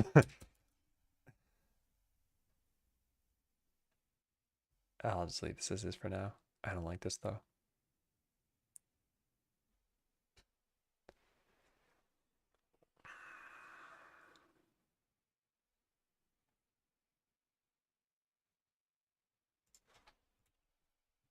I think one way we can make this a little bit easier is does match category. Should just autofill it for me. So item display category equals null, or the item category equals null, or they equal, yeah. There, that's at least a little nicer. All right, I think that's good for now. All right, so push those changes. So next up would be allow for upgrading the storeroom by adding another item display. Maybe have an NPC that you click to upgrade them. The NPC would essentially just function as a button. So I mean, whether I'm adding an NPC or not doesn't really matter right now, I guess. It's really just, does your storeroom have a way of adding in other item displays? And we have a storeroom. Do we have a visual representation of a storeroom? I don't actually remember if I did. Wow, okay, yeah. Well, all it has are item displays in here. And so we could just put something in here that would add in more. All right, here's where we run into a little bit of a problem, which is how we're rendering prices. So if we just look over here, we see cost hovering above these. And I guess it's better when there are items on them. So let me show it in the game.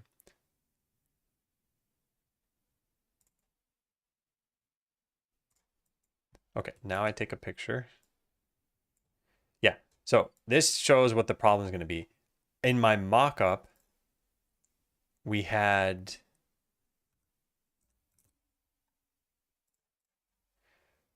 these displays all kind of jammed right next to each other. But if we're going to show the prices, there's got to be space for them.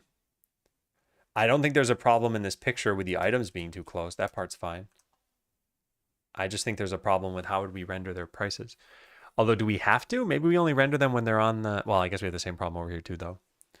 They're all really close together.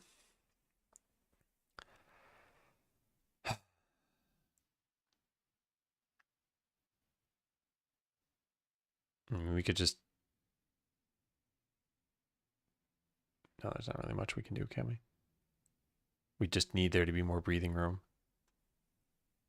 I mean, there are a couple ways we could look at this. One is that we could always space these out a little bit. So instead of this style, we do something like this. I didn't mean to put that one there. It's not that easy to delete. There's probably a shortcut. I just don't know it. All right, well, I messed up twice, so now I can batch erase.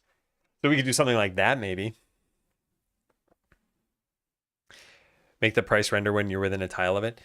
The concept of you're within a tile of it, though, is, I mean, you have many characters that are automatically moving. So, like, when would you render in this case? When the customer's near it? When the skeleton's near it? When it's only on display? Because I think you knowing the price is probably important, so you know how much you could earn from this thing.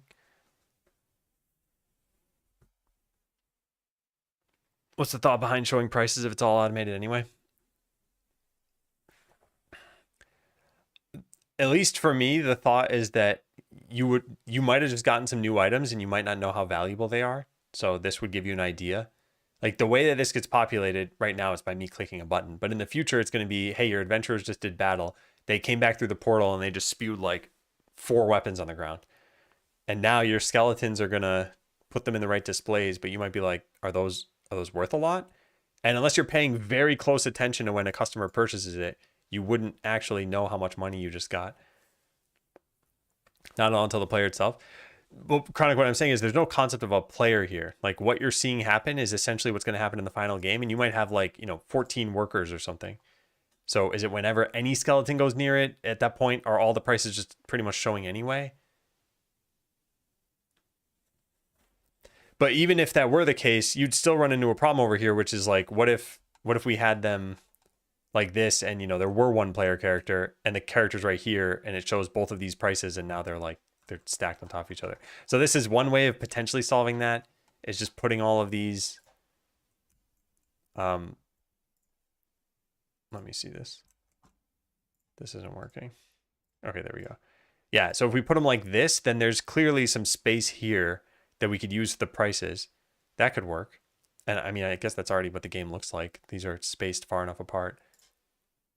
And they don't even necessarily need to be that far apart. We could probably put them closer together.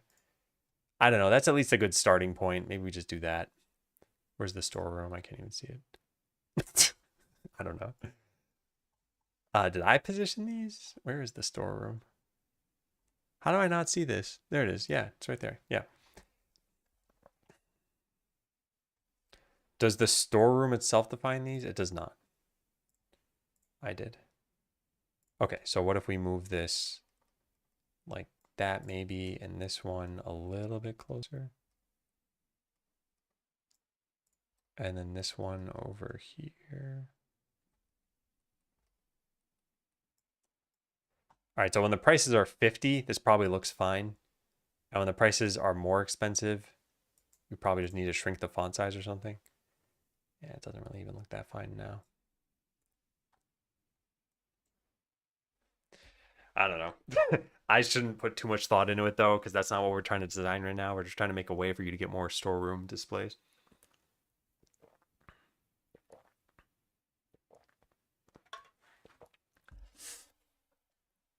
So I think what we got to do is figure out how many will you have at most.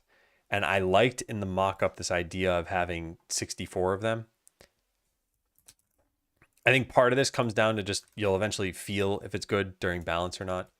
So there are storeroom displays.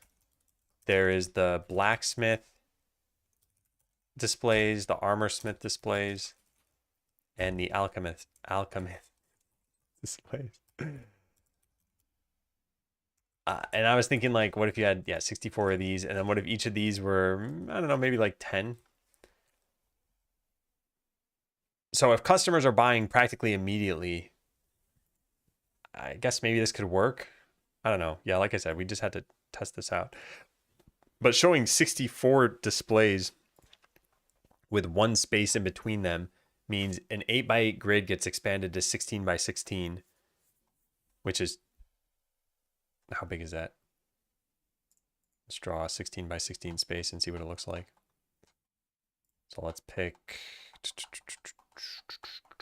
1, 2, 3, 4. Okay, so we'll just draw this 4 times. 1, 2, 3, 4. Is this rotate or undo? It's rotate, yeah.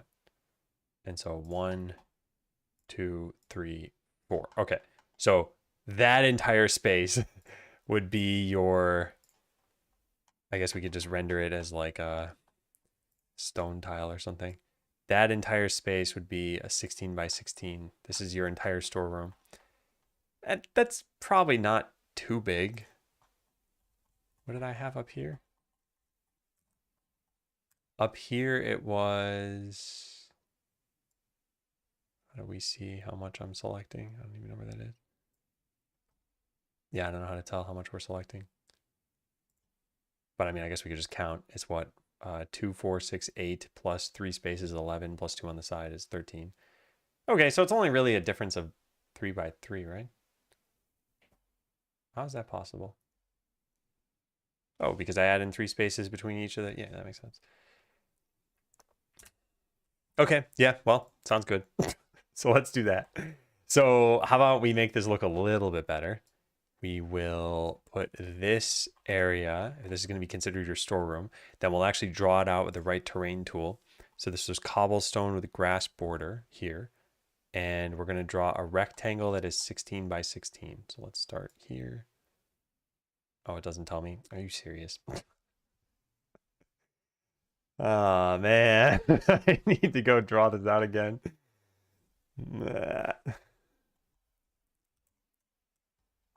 I guess it's just this space. Could we move the tiles afterward? That's all I want. I want this to be elsewhere.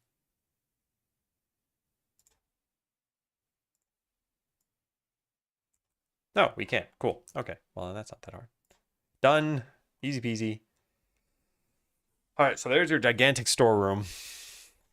Now, how about we dynamically create the item displays that you have in it? So in this case, we will just delete all of these, right? So now you have a storeroom, which I guess would be up here, really. I want it to be right there. No, no, no, I didn't mean to do that. Why can't I move this? There we go. Perfect. That'd be a max upgraded storeroom. Yeah, exactly. So now how do we get rid of this thing here? What do I, oh, there we go. Done. Cool. So now the storeroom needs item displays, and we need to be able to add these dynamically. So let's start and in public ready. I was hoping it would do that. All right, well, whatever. In ready, we're gonna add in some displays. So let's search for instantiate and take this over to here and put this here and make this a scene and our instance. And this is gonna be item display, which we pull from here. All right, cool. Now we add it. Add child. So this is one item display. This does next to nothing for us. Let's at least try it. It should show up like right on top of the grass too. Yeah. So if I click add items, it should put an item on top of it. It did not. Why did it not do that? Because this thing doesn't know what its displays are? Oh no, because I didn't add it to the right thing. It's supposed to be under a certain node, and I didn't do that. It's under item displays. Yeah, whoops.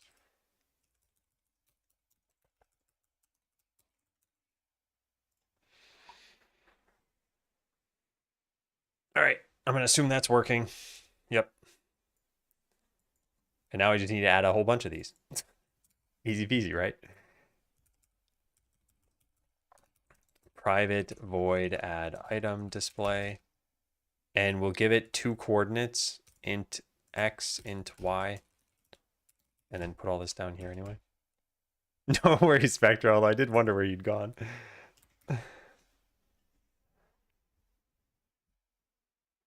All right, now we put this over here. And we position it, instance.position. And then up here, we just do 4. And these are going to be 8 and 8, which is the letter U. And then we add an item display, and we're going to add it times 32, I think. I don't know. Let's just try that and see what happens. Because if each tile is 16, then that should put a space in between. Yeah, that's good. And then we just need to offset it a little bit. I guess the storeroom is really, oh man, I'm sick of doing this. I'm just gonna have the start maximized. Window mode maximized.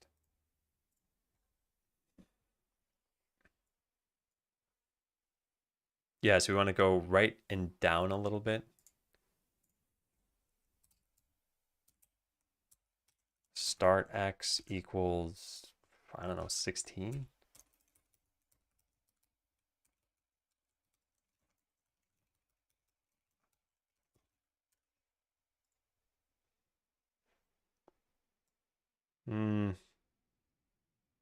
I mean, it's what I wanted. It's just, whatever, it's fine. Oh,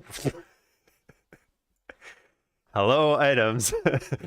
All right, let's put in a bunch of workers and a bunch of customers and get rid of these things.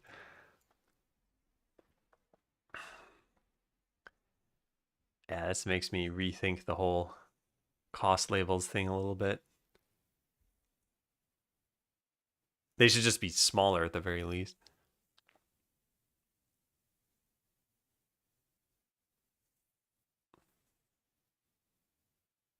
Yeah, it's working.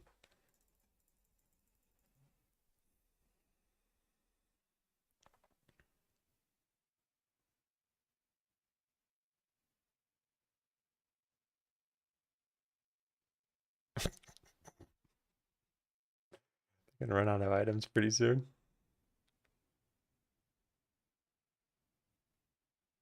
Yep. And there, we sold them all. All 64. 64 times 5, or 50, I mean, is 3,200. What did I just say? Oh yeah, the cost label. It's too big. Label settings, font size 12, 10.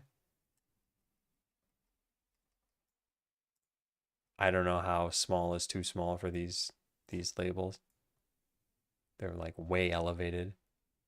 And yeah, they start looking weird that way. I don't know. I'm not going to put a lot of thought in this right now. Bump it down a few pixels, see if that looks a little bit better. Yeah, it's pretty good. And then when they're on display, yeah.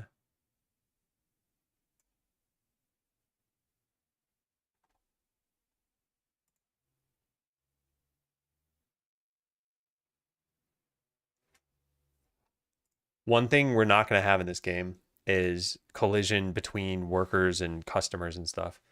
That would just be a nightmare. Imagine 14 skeletons trying to go restock items. They're just jammed. All right, so every time you add a new display, it should keep track of where your last display was. Actually, it doesn't even need to do that, right? If we just always add them in the same order. Although, yeah, sure. Let's always add them in the same order. So how about this? Let's put a button in. What, unhandled input? Yeah. Let's just copy paste this over to here. And whenever you press Q, it's going to add an item display. Add next item display, I guess I'll say. And private void add next item display is going to need to know where it should add this. So get how many you have, and then add an item display at, these should just be constants. Private const item display start X and Y. Now delete these. None of this code's going to be here, except for adding one of them, I guess. Or no, add next. Actually, let's start you with a couple. And then this will be the start X. Why is it not filling it in for me? What do I call this thing? Oh, I gotta put types in here. Field names should be given an uppercase letter. All right, item display start X, item start Y. Okay, num displays %8, num displays divided by 8. As long as that's an int, that would work. Why is this darkened? Parentheses can be removed. Oh, because of order of operations.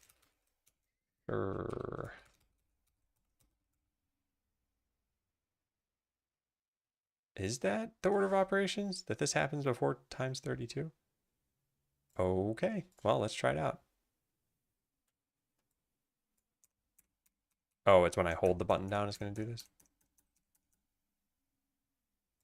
Yeehaw. Now let's add items. All right, I want to see this. I want to see this in action.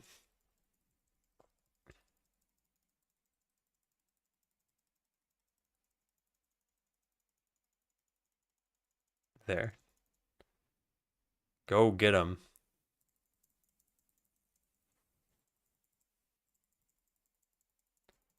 How many workers do I need?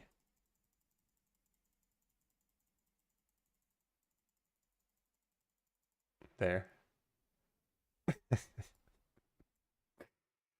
So goofy.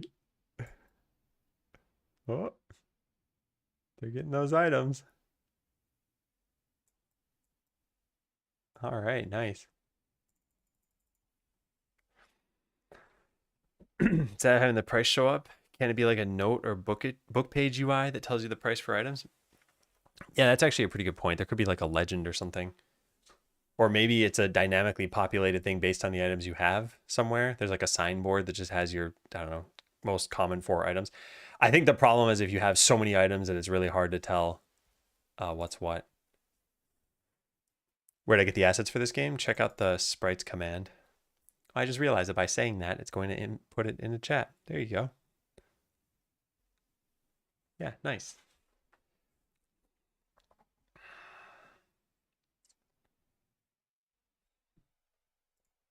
All right, we're getting close to the next break time. What was I going to do? Oh, yeah, cap the number of displays you can get. That's for sure.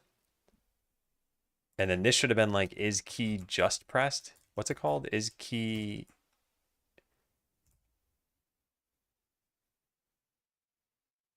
Wait, what? Wasn't there... Oh, yeah, there. Is action just pressed? I guess key.q doesn't work. UI accept. Is that a thing I can do? So now pressing enter should add new things. Yeah, and holding it doesn't do anything. Okay, this is good. And as long as it only works up until you have so many of them. So private const maximum displays equals 64. And then down here, if num displays is greater than or equal to the maximum, then just return. Did I drop frames? Let me see. No, I did not. Will prices change based on supply and demand? I don't think there will be a supply and demand kind of thing. So, and I think the reason it's important to understand, sorry, the reason why is it's important to understand where items come from. Items come from battles. So imagine, and the battles are automated. And where you battle is up to you. So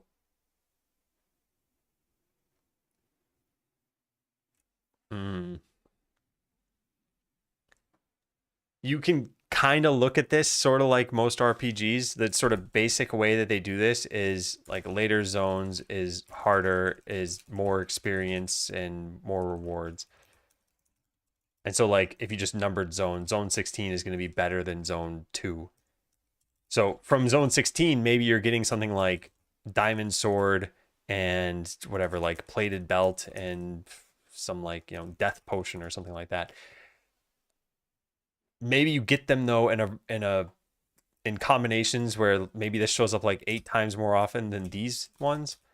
So in this case, you're getting lots of swords, and maybe there isn't, maybe you don't have a lot of displays for swords. Maybe you only have 3. So you'd want to find more potions, so you kind of change things based on that. And that'll kind of create the supply and demand.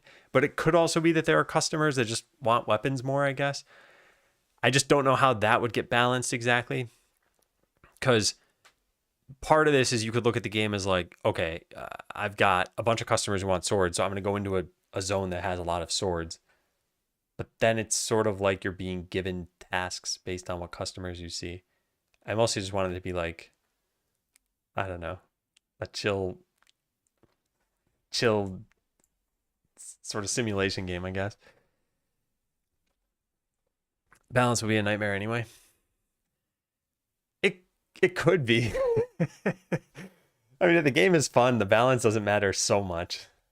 You can have easy games that are still enjoyable. I think Super Mario RPG is a good example of that. I don't think the game ever really tries to be all that difficult, except in the remake at the very end. But um, up until then, it's just a fun game. And I recognize challenge plays into fun. So yeah, we will have to figure all this out. Yeah, and sort of with the line, this is all like the only thing that was really tested was the battle system. And so all this stuff with the shop system and selling stuff, this is untested from a player perspective. So as far as I'm concerned, it's like, okay, this system is working, right? We haven't seen it crash. We're seeing things actually get restocked and adding more nodes to this works, and the performance seems fine. So from that point of view, yep, everything seems like it's working. But yeah, will this be fun when we put in the battle system and kind of have everything all together? And I don't know, we'll see. So I'm excited. Yeah, it is break time, but let me see first. Did we get done with this? Allow for upgrading the storeroom. Allow for upgrading shops. And then make sure upgrades actually cost money. And then fix some stuff. Yeah. Wow. This would have been a pretty solid day. Okay, we'll try to do these things in the last like hour of the stream, I guess. I'm gonna go take a break. I'll be back in a little bit. Is it jump time? It's jump time.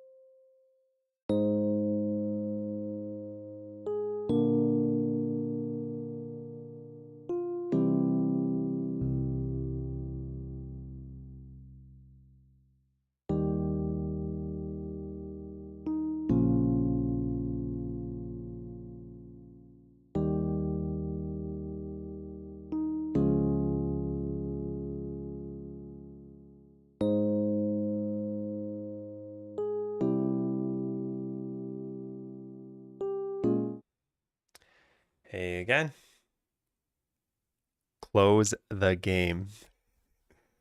The nozzle. All right. So allow for upgrading the storeroom by adding another item display. Yeah, so I didn't do something here. I didn't make this cost money, which I guess doesn't really matter. And I could have sworn, oh yeah, that's what I didn't do. I didn't make it be like a debug key. It's just the enter key. Maybe we should have a button for this. Maybe there should be a debug menu at some point. Yeah, I'll just throw this into the town, I guess. I mean, might as well. We just have a bunch of random buttons here. Why not? Let's add one more button. And we'll call this the upgrade storeroom button. And on it, it's going to say, you guessed it, upgrade storeroom. And then we just move this down a little bit. And then left a little bit.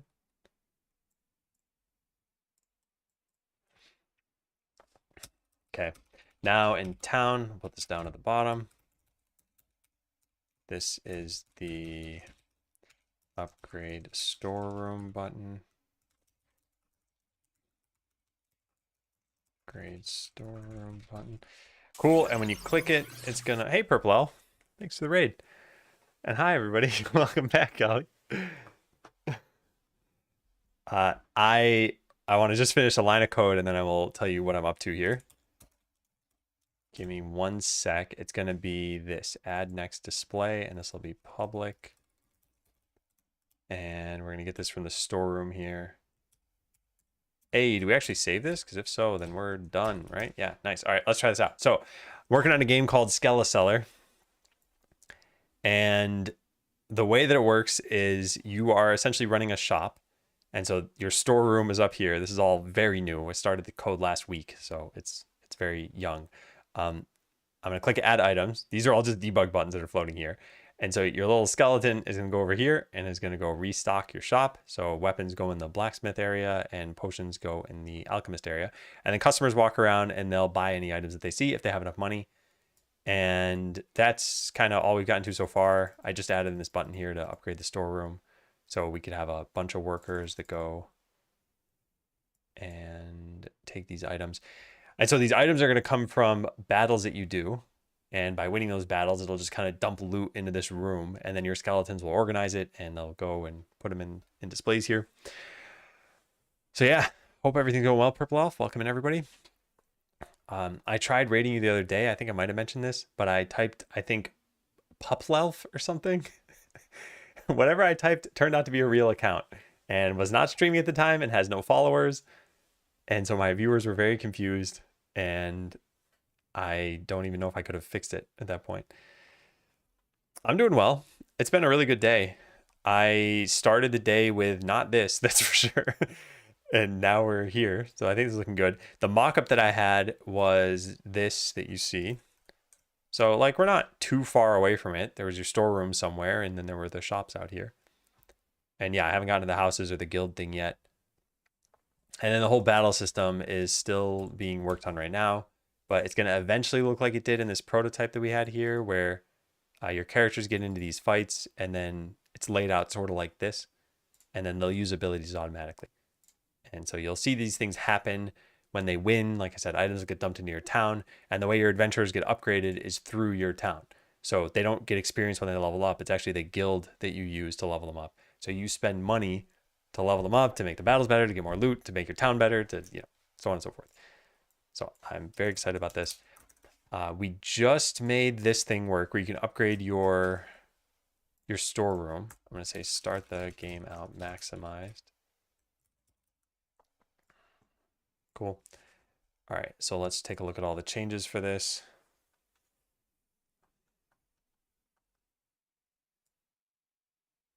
I don't care about any of that. Yeah, I got rid of the item displays. So you start with 2 now by default, and now you can upgrade the storeroom. Yeah, I think that's pretty reasonable. The only problem here is there are some magic numbers in the storeroom. We'll go fix that. Say private const int num displays per column is 8 and per row is 8. All right, so we put these in here. So this is per column and this is per row. And then private constant num pixels between displays equals 32. Yeah. All right, cool. All right, and then just a quick check to make sure I didn't just break something. Run this one more time. And how's it look? Yep, still looks like it's working. I didn't actually test what happens when you hit the max zone number here. Why is, oh, that's interesting. Okay, it does work. Did I leave in that UI accept thing? Oh, I did. That's why that's happening. Okay, well, delete that. And there we go. Yeah, nice.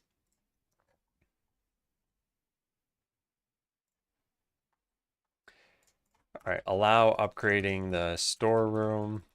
You can have, or well, you start with 2 item displays now instead of 6, I think. And you can have up to 64 maximum. There is no cost for new displays right now. I'll just say yet. Oops. Cool. All right, so that's done. Next, allow for upgrading shops. Maybe just have a debug button at first or add an NPC, and clicking the NPC upgrades the shop. Did I write that we need NPCs if I don't do them here? Well, it's pretty obvious. All right, or just add the NPC, clicking this. This should just add crates. Okay. I mean, this is pretty much what we just did. Excuse me, step 1 is going to be determining where the positions are for the displays. And eventually, I mean, we're not going to have so many of these. In fact, what did I say is the starting numbers for this? Not this. Where is it? Oh, here it was. Yeah. So close other tabs. Let's just get rid of this stuff. So we have 64. That's already done. I said about 10 for each of these. That's probably reasonable. So what's the best way of laying out 10? Where is our thing? Here. All right, let's delete this stuff and let's delete this.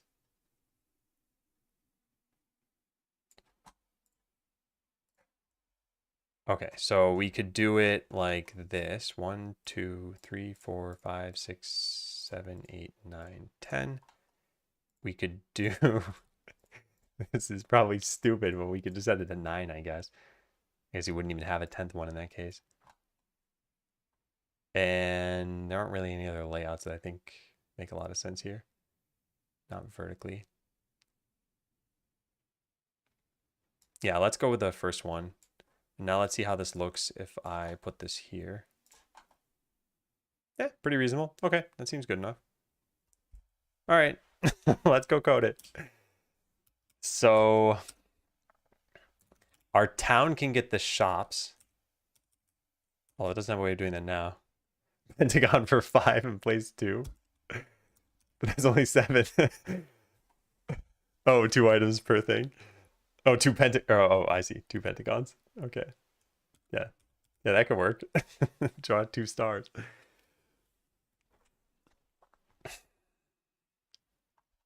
So we can get everything that has a shop like so.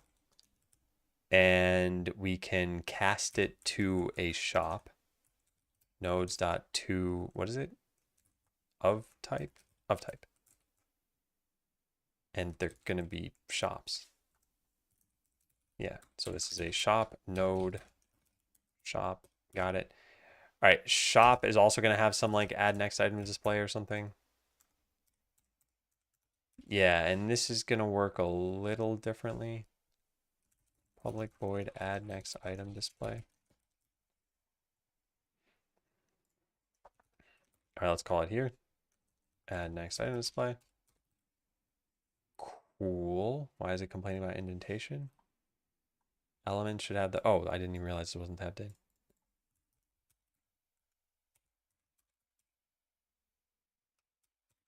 There. What theme is that? Check out the theme command.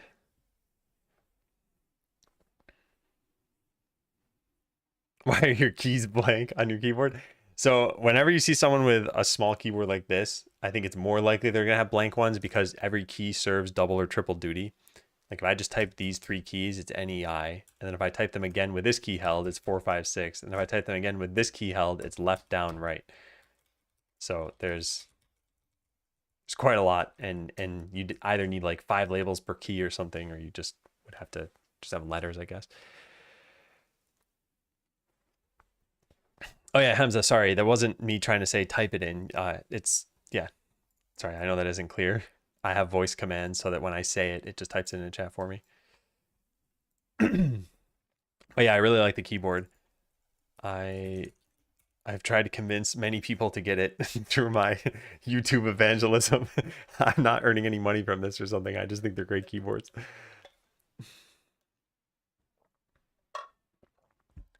Okay, so adding the next display here is going to be a little bit problematic because right now they're just sort of in the middle of nowhere. How did we even do this? Oh, we just put them in the middle of nowhere. Okay, well, that makes sense. All right, so then just delete them. Goodbye item displays. So it's going to be a lot of what we already had, I guess, in the storeroom. In fact, yeah, quite a lot. I'm going to copy paste it at first and then probably change things a little bit and refactor. Yeah. So let's start with just the copy pasted thing. In shop, we will add these functions and we'll copy paste all of this. This is where it's nice to have had, whoops, this is where it's nice to have had these things laid out for me so that I could just change number of displays per column to 5, number of displays per row to 2, and max number of displays to 10. In fact, the max number should probably just always be the number of displays per column and per row since they're always in a rectangle right now. Very tempted by Moonlander. I had a Moonlander for a while and I just never really got used to it. I think it's good build quality and everything, and it looks really cool. It just never caught on for me. And it was the same thing with the Ergodox. And if I hadn't made this keyboard, I'd probably have considered the Voyager by ZSA. But yeah, there's no need to switch from QWERTY necessarily. Even a keyboard like this, you can still use QWERTY, and that's what I used for a while. I just happened to switch after that. Going to get good with Artemis. What is Artemis?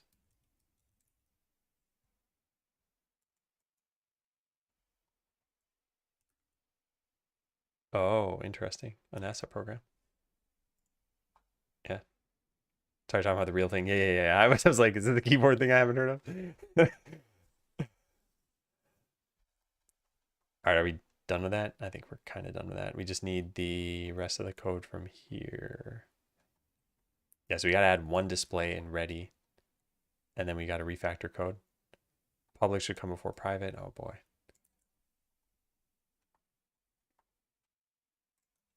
There we go.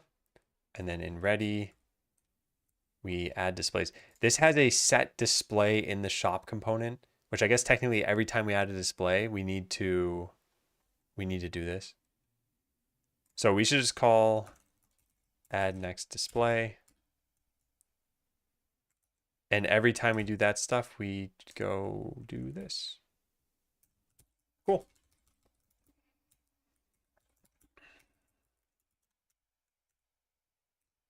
All right, so get all of the item displays and then set it in our shop component. And then set the category. The category can be set right here. There. All right, does that work? Who knows? Let's go find out. All right, so I know this is starting right in the middle, but whatever. All right, that's broken. This is super broken. I don't even know what happened there. What did happen there? What did I do? Add next item display. Start X plus num displays % num per column. And that's set to 5, yeah. Times number of pixels between displays. Plus num displays divided by num per row. Oh, I see. Oh, this also has to be num per column. Yeah, in fact, that means I messed up this code too. And they just happen to be the same number before. I thought so. Where did that even go? Here. Okay, let's try that now. Still QWERTY, but a lot of shortcuts to remember, or was it easy to get used to it? I'm using Colmac now, and I made a whole video on Colmac because of how much this threw me for a loop. So if you've ever thought of switching keyboard layouts, I highly recommend watching that video. It's been almost exactly a year since I switched, and I feel like I'm still slower than I am with QWERTY. Yeah. And Glove 80 I haven't actually used. So hard for me to say, but it looks like a cool keyboard. All right, now we got this working properly. Nice. Yeah, so now we can add in these items, which means if I add in a bunch of workers and then the items up here, and whoops, I didn't mean to press that. I meant to click that.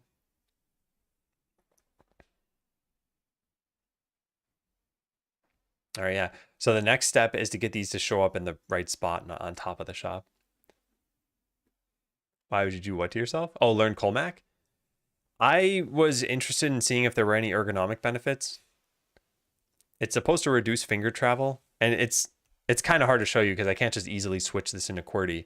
But if you watch closely as I type, you'll see very little finger travel. And one thing that you wouldn't be able to tell very easily is Colmac is set up to reduce the number of times you need to press a key twice in a row with the same finger. So what's an example of this on QWERTY? Let's see. Let's say you were typing aqua, which it's not any different on this keyboard, but the AQ is typed with the same finger. So on QWERTY keyboards, this happens a lot more than on Colmac keyboards. There are like way more common words. That was just the first thing that came to my head because I don't have a QWERTY keyboard to look down and be like, what two things are lined up with one another? All right, so positioning these in the right spot, that part should be easy enough. We could do this in a couple of different ways. We could have a point and you move this point to where the different things should go, but I don't think we need to do that. We can just move them so that they're always kind of in the middle. So we put this here, and yeah, we just dump the items down below. So shop. So number of displays per row isn't even needed. And same thing in here, it isn't needed. And then the start X and Y is going to be the important part. So we're going to say this is like 200. I don't know, I'm just ballparking this. And negative 100. I'm not sure. This will position it lower than the shop and a little bit to the left, maybe too much to the left.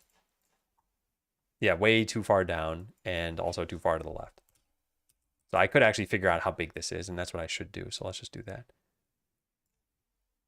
The shop starts there. And how many tiles are there? It's very hard to tell without the tile map showing. There it is. So 1, 2, 3. And then maybe we start rendering them for 5. So 5 tiles. So 80 pixels. And then we have 10 of these. And they're rendering based on this. So maybe negative 48. All right, that should look a little bit better.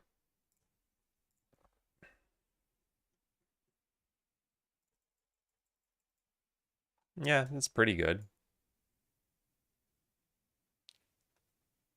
I would shift it just a little bit, I guess. Oh, these are 2 different size grass areas. I was like, why is there so much padding here? I just never made them look the same. All right, let's shift it by, I don't know, half a tile, 8 more pixels. This is something that if we were close to releasing the game, I would probably try to make this look a little nicer, but for now, I think this is good. Yeah, it works. You got your item displays. Yeah, the storerooms. Yeah. Now, also, if this were the final game, you'd want all of the storeroom displays to be closer to the bottom so that you'd have less travel time. But I don't care about that part. So the only thing we have left to do here is make the town code and the storeroom code, or the shop and the storeroom, have very similar pieces of code so that we're not repeating ourselves here. There are a couple different ways we could do this. The way adding a display works is really just instantiating it, returning it, and setting its position. So we could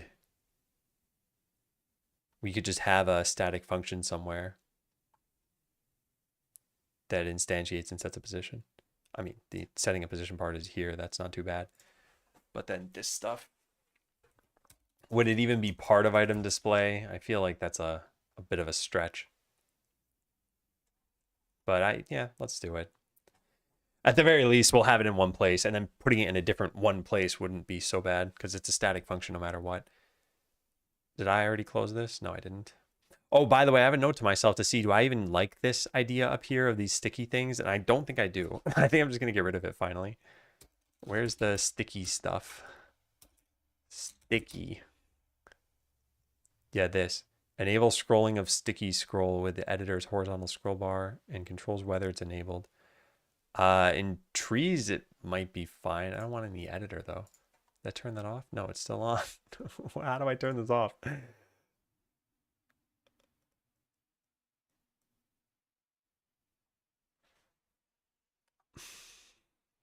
Oh, here.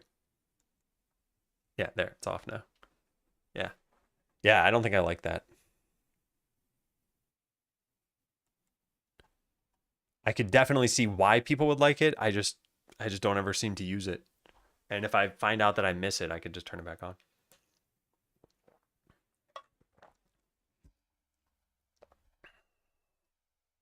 All right, where was I? Oh, yeah. All right, here's what we're going to do then. We're going to go make... So add next is just going to call into an add like this. Disabled immediately. I figured I would try it for a bit. I've been surprised sometimes. There are features I didn't think I would like that I ended up liking, and vice versa.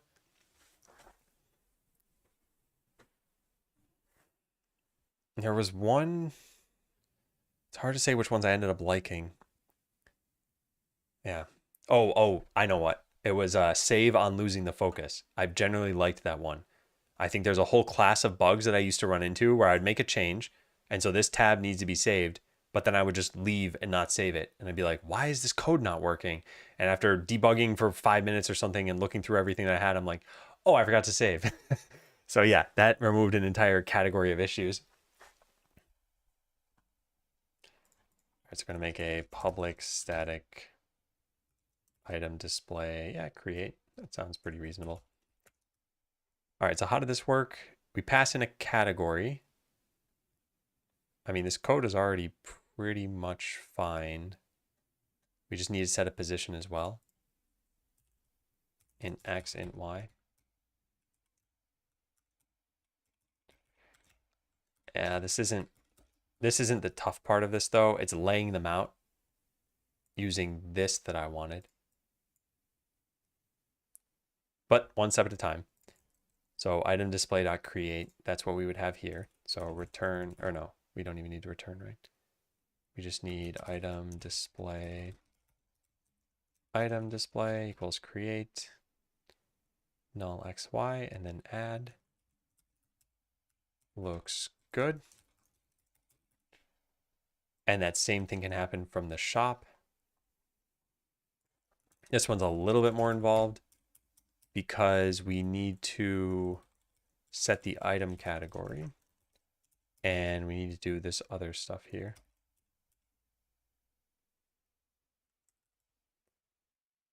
Yeah, this is update the shop component.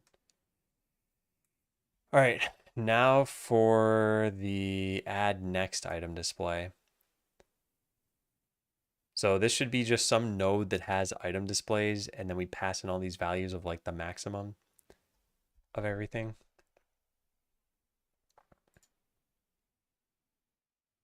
I don't know where we'd put this function. I'm going to put it here for now. I don't think this makes sense. But we're going to say public static vector 2i get next item display position. And we need to pass in everything. So how many item displays? Yeah, this is C#, yeah. And welcome in. We want the number of displays. And then we want all of this stuff.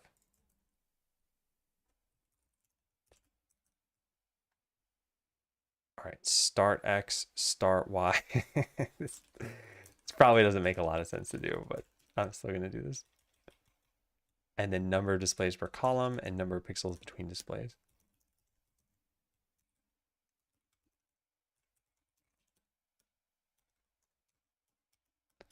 Hey, Sean. How goes it? All right, now we want this to be over here. And this is going to return new vector 2i. All right, so start X, start Y.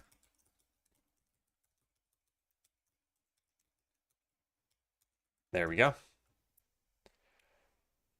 Do you consider VS Code a decent editor for C#? Yeah, I think so. I think the only thing that's really bugged me about it has been not being able to auto fix some of the linting rules that come up. But other than that, I think it's pretty much been fine. All right, so now we can use this function. This is certainly something. Yeah, this is certainly something. So item display dot get. All right, so we pass in all this stuff. And all this does is give us a vector. And the vector is what should be used in here. So we should just merge these two functions because there's not really much of a point. No, I guess there kind of is. All right, so this is position. And then add it at position.x, position.y. Cool.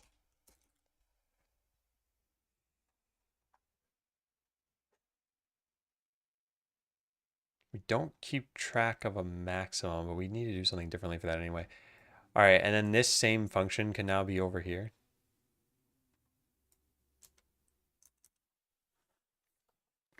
So this is okay. It's like the shop and the storeroom currently lay out their displays in a grid. So if they're both going to do things that way, then yeah, they'd have the same code. But I don't know if it's going to be that way in the future. It might be that, like, I could see a couple of ways of this working. One could be in the editor, like choose all possible locations in order. And then we just run through those orders. Or two is like the storeroom is a grid, but the shop is some other pattern. You know, you can kind of imagine something like what I had over here. Get rid of this. There's a group of 4 over here and there's a group of 4 over here. They're not in the same pattern. Like you can't draw each box the same way you draw every other one. And like I said, you could just set, man, you could just say, okay, here's position 1, position 2, position 3, position 4. You could even do that with the storeroom. You just have, where's the storeroom? You'd have 64 of them to put down. So I'm inclined to say that this is, I don't know, probably good enough for now. Use Rider, or the official VS Code tooling has come a long way. Yeah, I've heard Rider is really good.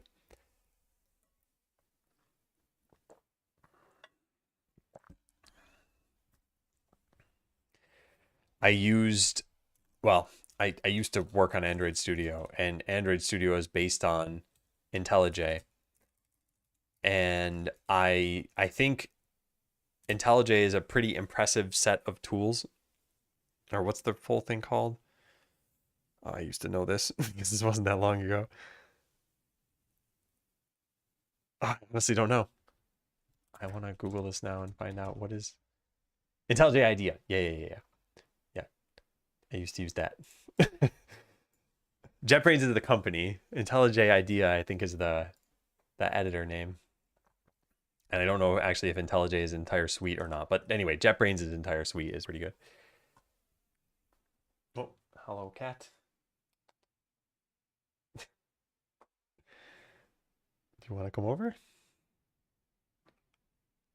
Oh, she just wants to stare at me. Okay, fine. So yeah, item display got a couple of functions that I'm not totally sure I'm happy with being there. Then this now isn't really needed. Well, I guess it kind of is. What's this? Maximum displays. Oh, that's still used too. Yeah, all this stuff is still used. And then this being here, adding it to item displays. We could even have done something about this. I don't know. Yeah, Eclipse when it first launched was pretty good.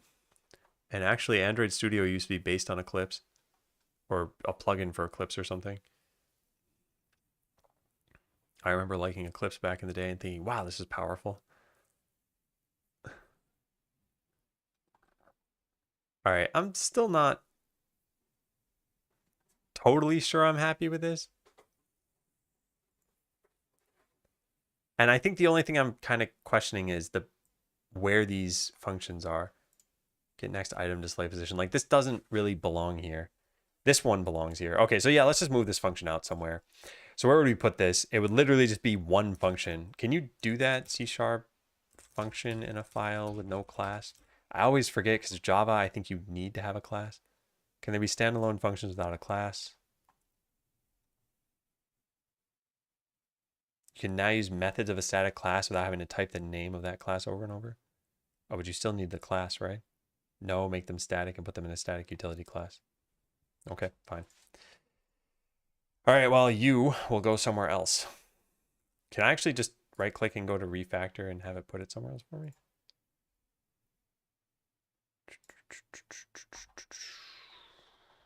Nope. I thought that was a thing. A source action? Is that a thing? No. Huh. What am I thinking of that can do that? Maybe it's only a thing in TypeScript? Well, it's not that hard to just make one of these myself, but it is hard to come up with a name. So what do we got here? We have, this is in scene scripts. I guess it would just be in source somewhere. And in this case, it's used for item display. So I'll call it item display positioner. Let's make a new folder, something like functions. I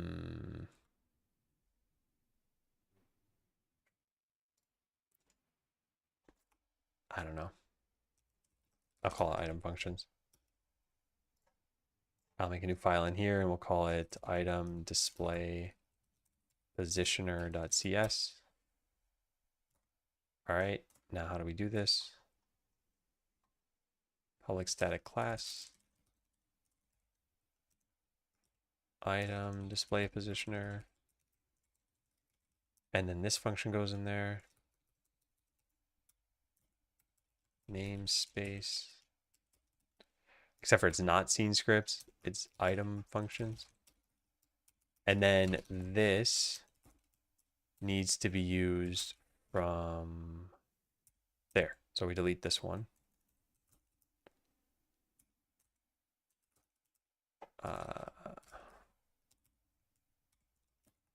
Item functions, yeah. Does that work? No? Item whatever positioner that I called it? There we go.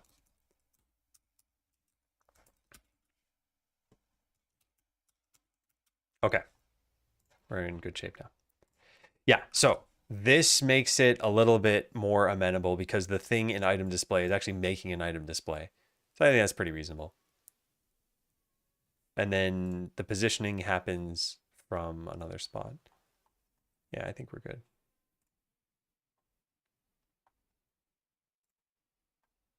Now, why was link needed here? Oh, for of type. Oh, this should just be a separate button. What am I doing? Time to go add in another button floating over the entire world. You really need a debug menu. Oh man, how do you even select all these? There we go. So upgrade storeroom was one of them. And then we're going to duplicate this one and make it upgrade shops, I guess.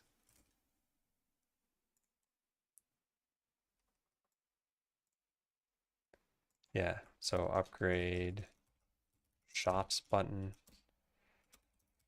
Then at the bottom of town, we just copy paste all this. Upgrade shops. Good, good, good. All right, that should be everything. Let's go try it out.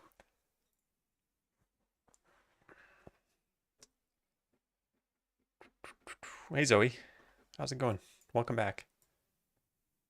All right, so now we have a couple of things. If I click upgrade shops, it's going to upgrade all of them at once. That's not something you would actually do in the final game, but that's okay. Upgrade storeroom will give you more item displays in the storeroom. Add items, we'll put them in the storeroom so that your workers can go over there and get them. And add customer, we'll add in some more customers for now. So yeah. This is C# and Godot. Yep. It's all working. It's looking great.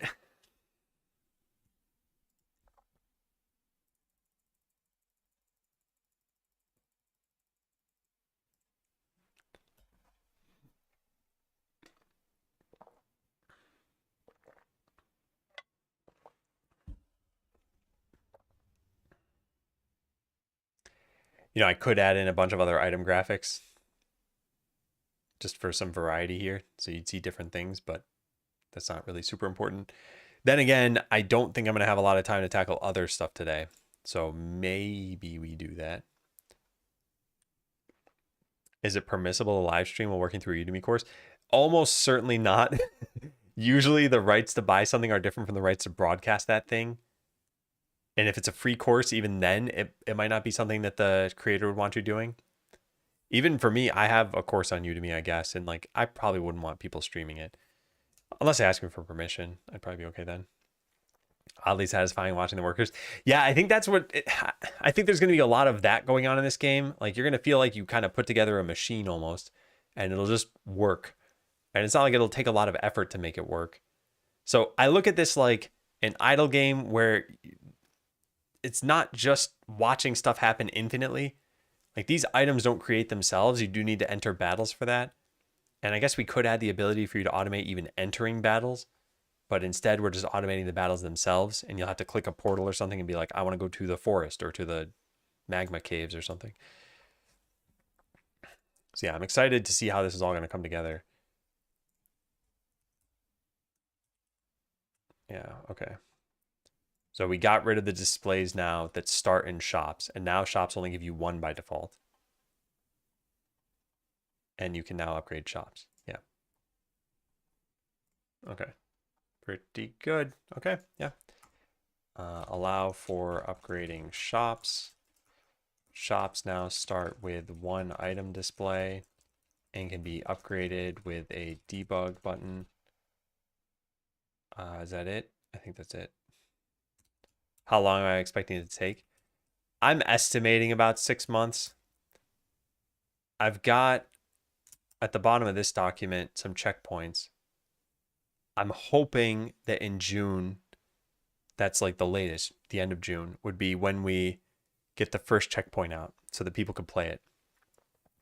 And then the second checkpoint a month or two later, the third checkpoint would be beta, and then we'll actually launch at some point. And you reference something from a lecture. Should I do that off screen? I would say probably, look, I'll say this. A lot of these things come down to who's enforcing this. Is the person who made that Udemy course going to find your stream? Probably not. And so are you willing to take a risk that if they did find it, they could issue a takedown of your content? Like, it's probably a risk many people are willing to take. I generally wouldn't do it, but I just try to err on the side of caution with all of that stuff. So is it something that's allowed? Probably not. Is it something that something's going to happen to you if you do it anyway? Yeah, nothing will probably happen. I mean, you could reach out to the person and ask for permission. I literally did that, I think 2 or 3 months ago, and the person never responded, and so I never ended up watching their content on my stream. And that was that. I don't have any ill will toward that person. There was really nothing in it for them other than maybe getting the word out a little bit about their video. All right, so make sure upgrades are actually costing money. This would normally be important, but I actually don't think it's important right now. So I think we're just going to skip this. And we'll change this around a little bit. So let's do this. And yeah, make sure upgrades are costing you money. So clean up, fix the town colliding. That's something I need to do. What is this? Figure out what I want to expose for item displays in the shop component. What? What do I mean by this? Oh, an IEnumerable or whatever. I think this is fine. Yeah, I'll just mark this as done. And then figure out whether we want a has item displays component that both the shops and the storeroom can use. That way there's a consistent way of getting item displays. When my brain is fresher than it currently is, I definitely want to consider this. So I'm just going to add this on my like regular to-do list. Yeah. So I'm going to delete this too for now. So the town thing I definitely need to clean up. In fact, I'm going to also write this here for now. And I hope to do this in the next little bit of time, but we're going to mark cleanup as being done. And then file tasks for this stuff, I also need to do. He's breathing like super loudly for some reason. Do I have any other pictures I want to share of this wonderful cat? I don't think so. Go Deke, welcome back. Thanks for resubbing. How you doing? I was just thinking about you the other day for some reason. I think it was that I like heavily associate you with playing board games on boats. That's the one thing I've got in my head. I'm like, Godik sure likes those nerd boats. Oh no, I know what it was. It wasn't that. It was a design pattern thing because I know that you're very good at architecting software. So it was not the nerd boat thing. That came up after the first connotation. That was a good one. All right. Yeah, I think we can pretty much just check this in.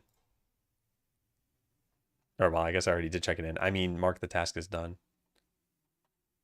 Yeah, nice. Close issue.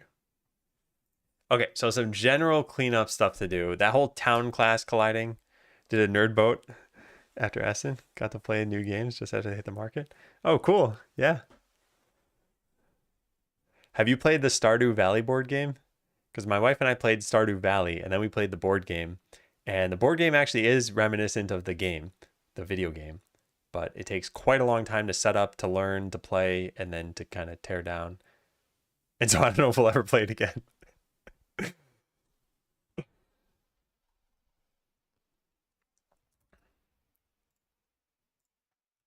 All right, so this town thing, our options are rename the folder or rename the class. I think we should just rename the folder. Where is town? Oh, whoops. What's the camera doing in there? Oh, is that why this is a problem all of a sudden? Because I'm dumb?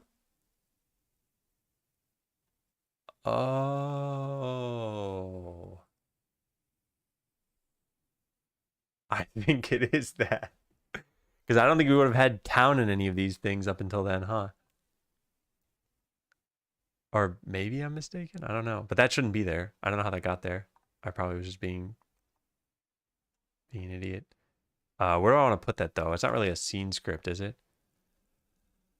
There's no corresponding scene to it. I mean, at the very least, it's a better position there than it is somewhere else. How do I move this? Well, I wonder what happens when I just drag it in here. Move. So the namespace did not get updated. Does it know what it should be? Does that fix the issue with town now, I wonder? Type name town conflicts in whole or in part with the namespace name game.scenes.town. That shouldn't exist anymore though, right? Game dot scene. Yeah, it doesn't. I think I just need to rebuild. And then I think we need to fix a reference because something is pointing to the camera and won't know that it exists where it now exists. So if I search for camera.cs, yo, wait, no, that's wrong. Right? That's wrong. Yeah, that's wrong. It's source scene scripts camera. There. I think that'll work. You have not. The setup and teardown situation with physical games makes a lot of video cardboard translations on. Yeah, what's the other one? Gloomhaven and Frosthaven. Those are intense. The amount of stuff that's going on in that as a board game. Being dumb is always the core issue. Hey, only I can say that. I might have broken something in this process. No, it looks like everything's working. Did I fix the error that was there? Because if so, this all worked out swimmingly. Yeah, I think I did fix it. How do I tell if I have any issues with the code? .net something? Build? I think build tells me. Yeah. Looking good. Architecture and data design. Yeah. All right. I knew I was remembering that correctly. Just rebuild. Yeah. It looks like everything's working fine now. So fix warning. The warning was caused by the dumb. I had accidentally created a script in the wrong location, which then caused a namespace to exist that shouldn't have. Yeah. Okay, file tasks. Eventually need collision and pathing and maybe cardinal only movement. Eventually allow, oh yeah, we also need a debug menu.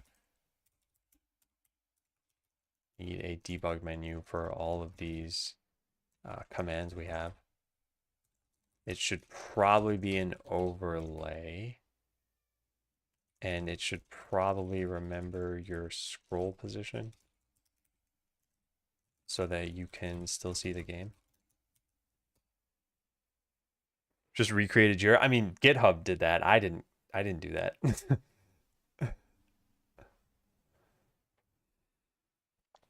Gloomhaven's PC port is a far better experience. Yeah, I only played the game once or twice as a physical game. And then I thought about getting the video game and I just thought, nah, I'll just pass. This was around the time that I started playing Baldur's Gate 3, and I'm on the world's longest campaign because I'm holding everybody up. I do feel bad about that.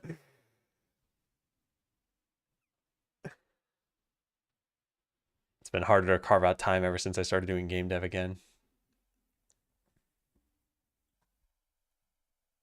Oh, yeah. If you're a remote and you're trying to do anything that's a physical game, I imagine that's like 10 times harder than just playing a video game.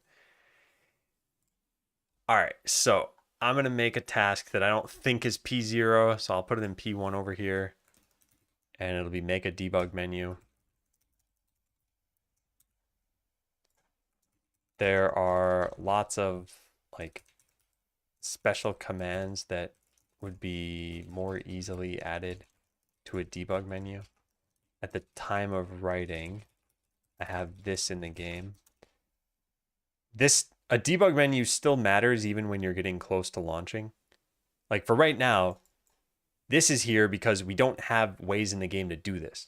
So this is debug for code that's not there. But eventually you want debug stuff for code that is just easier to hit by having like a button you can click. Or like, grant yourself 100 money or something like that. All right, so right time of writing this in the game. Even in the future, though, we'll probably want functions like grant infinite money or set game speed to 2x/4x/8x. Well, 1x should probably be an option too. All right, and then what did I write here? So the task is to add a debug menu. Primary scroll position. Reopen it. Okay, Now let's just preview this. All right, seems good. Milestone. Honestly, it'd be nice to have this soon, but it's not necessary. And I'd like for Darkstorm to do this, but it's not necessary.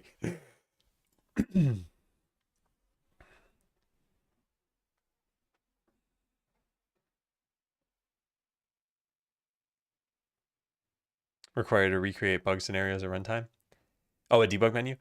Yeah, I think in lots of games it's like level choosers, cheats, I don't know. Yeah, you could think about it as bug repros as well. But I think these things are typically there for a lot of games.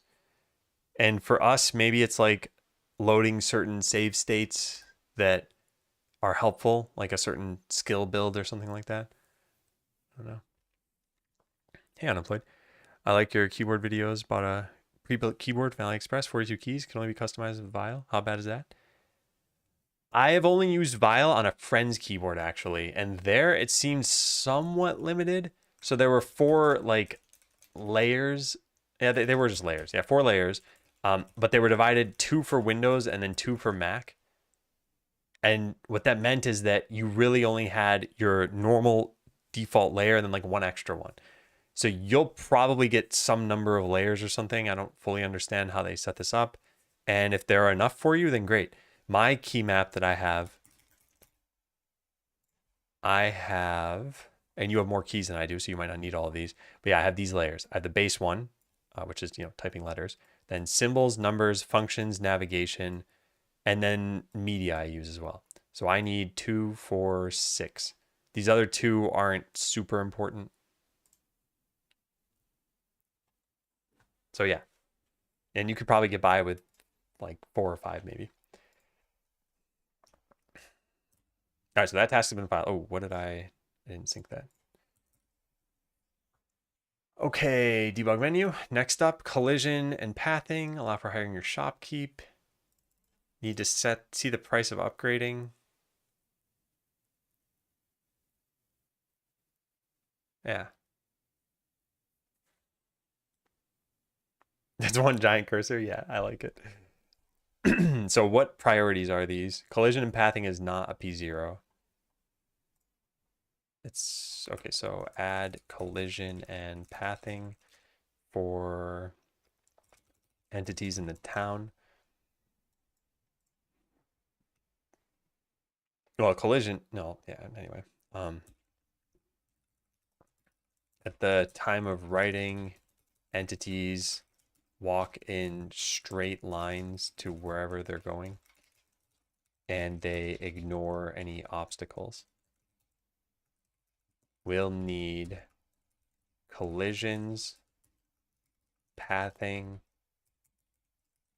Godot may be able to do this if we don't want to implement our own A star.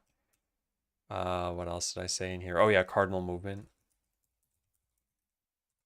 Not totally sold on this,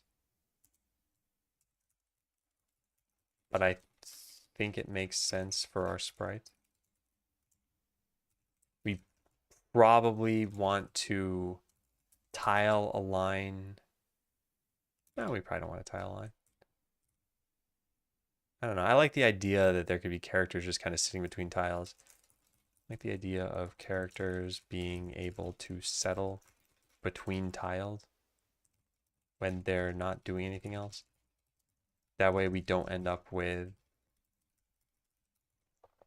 like 4 characters stacked in the exact same spot. We could just make the town bigger. Yeah, Godot has some nav nodes I saw. So hopefully that'll help. Is there anything else as part of this task? Nope, that's it. Okay. So this will be Miles. Whoops. What just happened? I don't even know what just happened. I think it popped up a dialogue behind that. This will be checkpoint 2 probably. Yeah, that looks good. Okay, next, allow for hiring your shopkeep.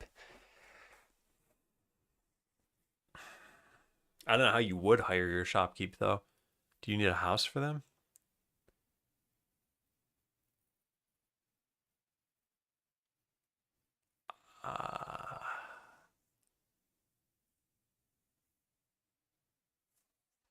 I don't know. I will just write down what I do know, I guess. Allow for setting up a new shop is what I'll call it. So I don't know if it should, I don't know which of these is better. So option number one would be have a blank plot of land that you have to build the shop on and it comes with an NPC somehow.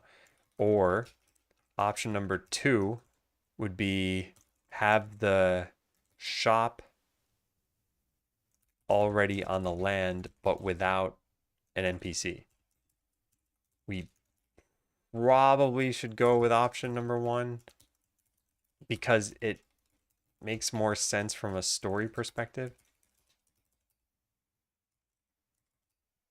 Yeah. Either way, we should implement something here to allow you to expand your town's shops.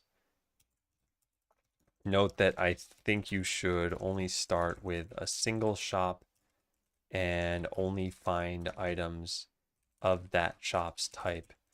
That way you can get used to the game loop, not needing to make too many decisions yet about what to upgrade. Cool.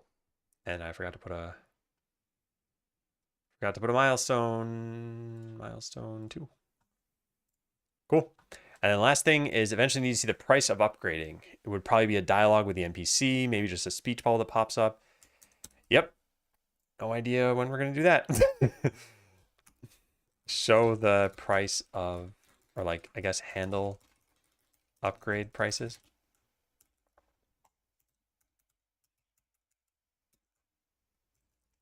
Make upgrades cost money. They should probably follow some set progression, e.g. 100, 500, 1,000, etc. And then render this price somewhere. Perhaps it's by clicking on an NPC and they could spawn a chat bubble or something that says, well, that says this stuff. And then allow for choosing to upgrade. In the above example, it's part of a dialogue, but if that's not how we render the cost, then there still needs, well, not if not, even if that's not how we render the cost, there still needs to be a way to upgrade, to decide that you want to upgrade. Yeah. DM you tomorrow so you can read through all changes at once, changing stuff while reading the review. Okay, yeah. This weekend is somewhat busy, so I'll try to get to it if I can. I think that Saturday is slightly more open and probably like my afternoon. And then I think Sunday is mostly filled right now. So yeah, it might be something I end up doing on stream on Monday. It might be something I get to over the weekend. I'm not sure. Actually, handling upgrade prices should probably be done in milestone 1. Yeah. How do I? You can't change this? Oh man. All right, it's technically not P1 if it's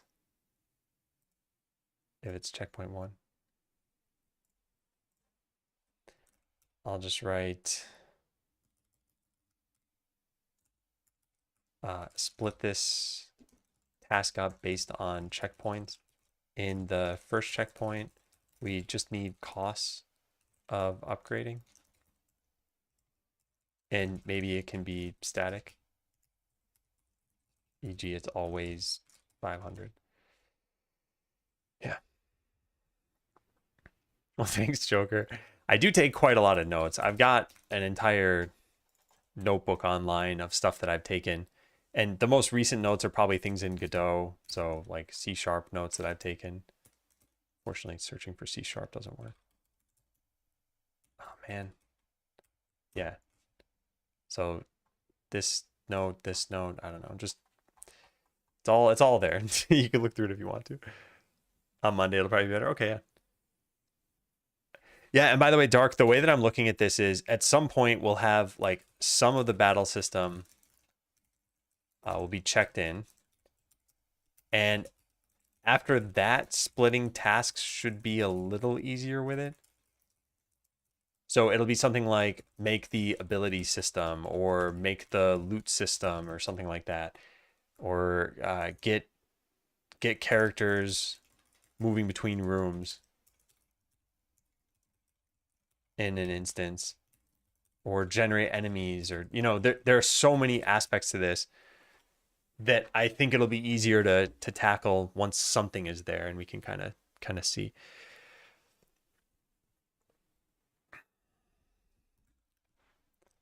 All right, so that's done. This is still something I have to do. Get some of the tiles in general setup in Godot. I want to have a proper shop. Yep, that's done. Spend some time figuring out how the town could work. Redesigned a lot of the town system. Yeah, so for anyone who didn't hear this, I'll cover this super quickly. Originally, the plan was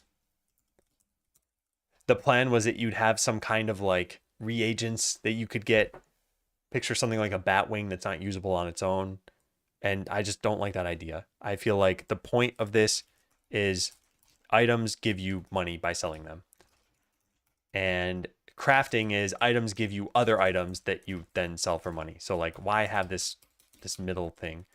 And in other games, when there are functional items, it makes sense. You don't want every item to be functional. It could cognitively overload you because you have a lot of decisions to make. But if you get like 14 bat wings and you're like, what can I do with these? Oh, I can make potions. Okay, I'll make potions. It's very different. So yeah, not in the game anymore. No more duplicates of buildings. There was this concept of like, well, you have a blacksmith here, but maybe you build one over here too because you get so many weapons or something.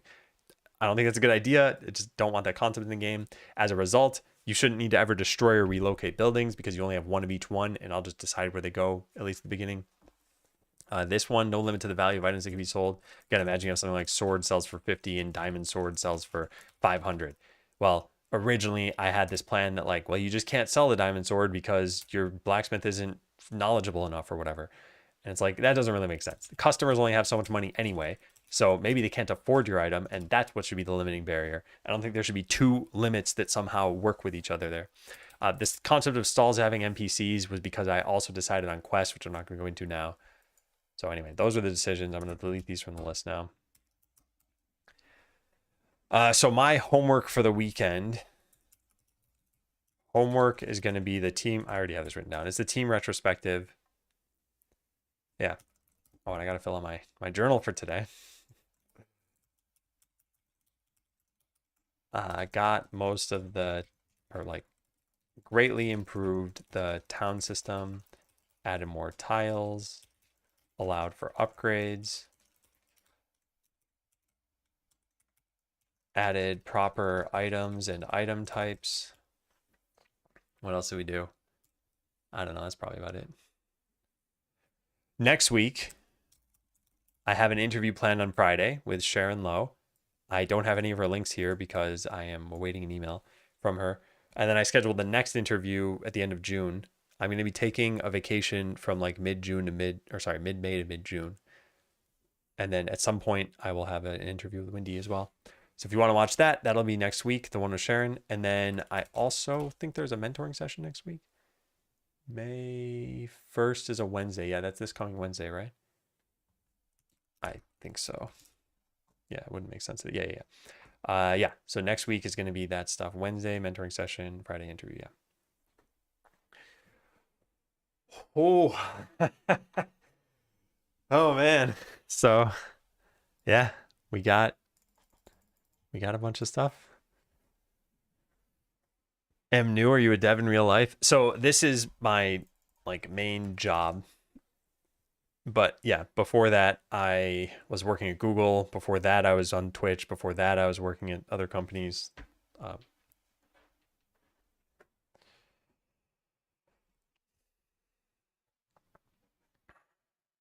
Yeah, today was like a good kind of intense.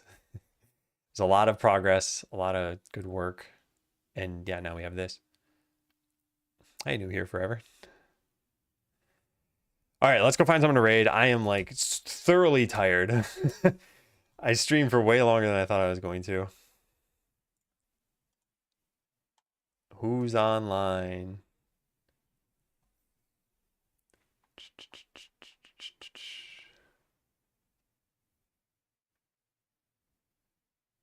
I'm trying to see people who haven't like just have been streaming for like 8 hours already too, because they're probably signing off as well.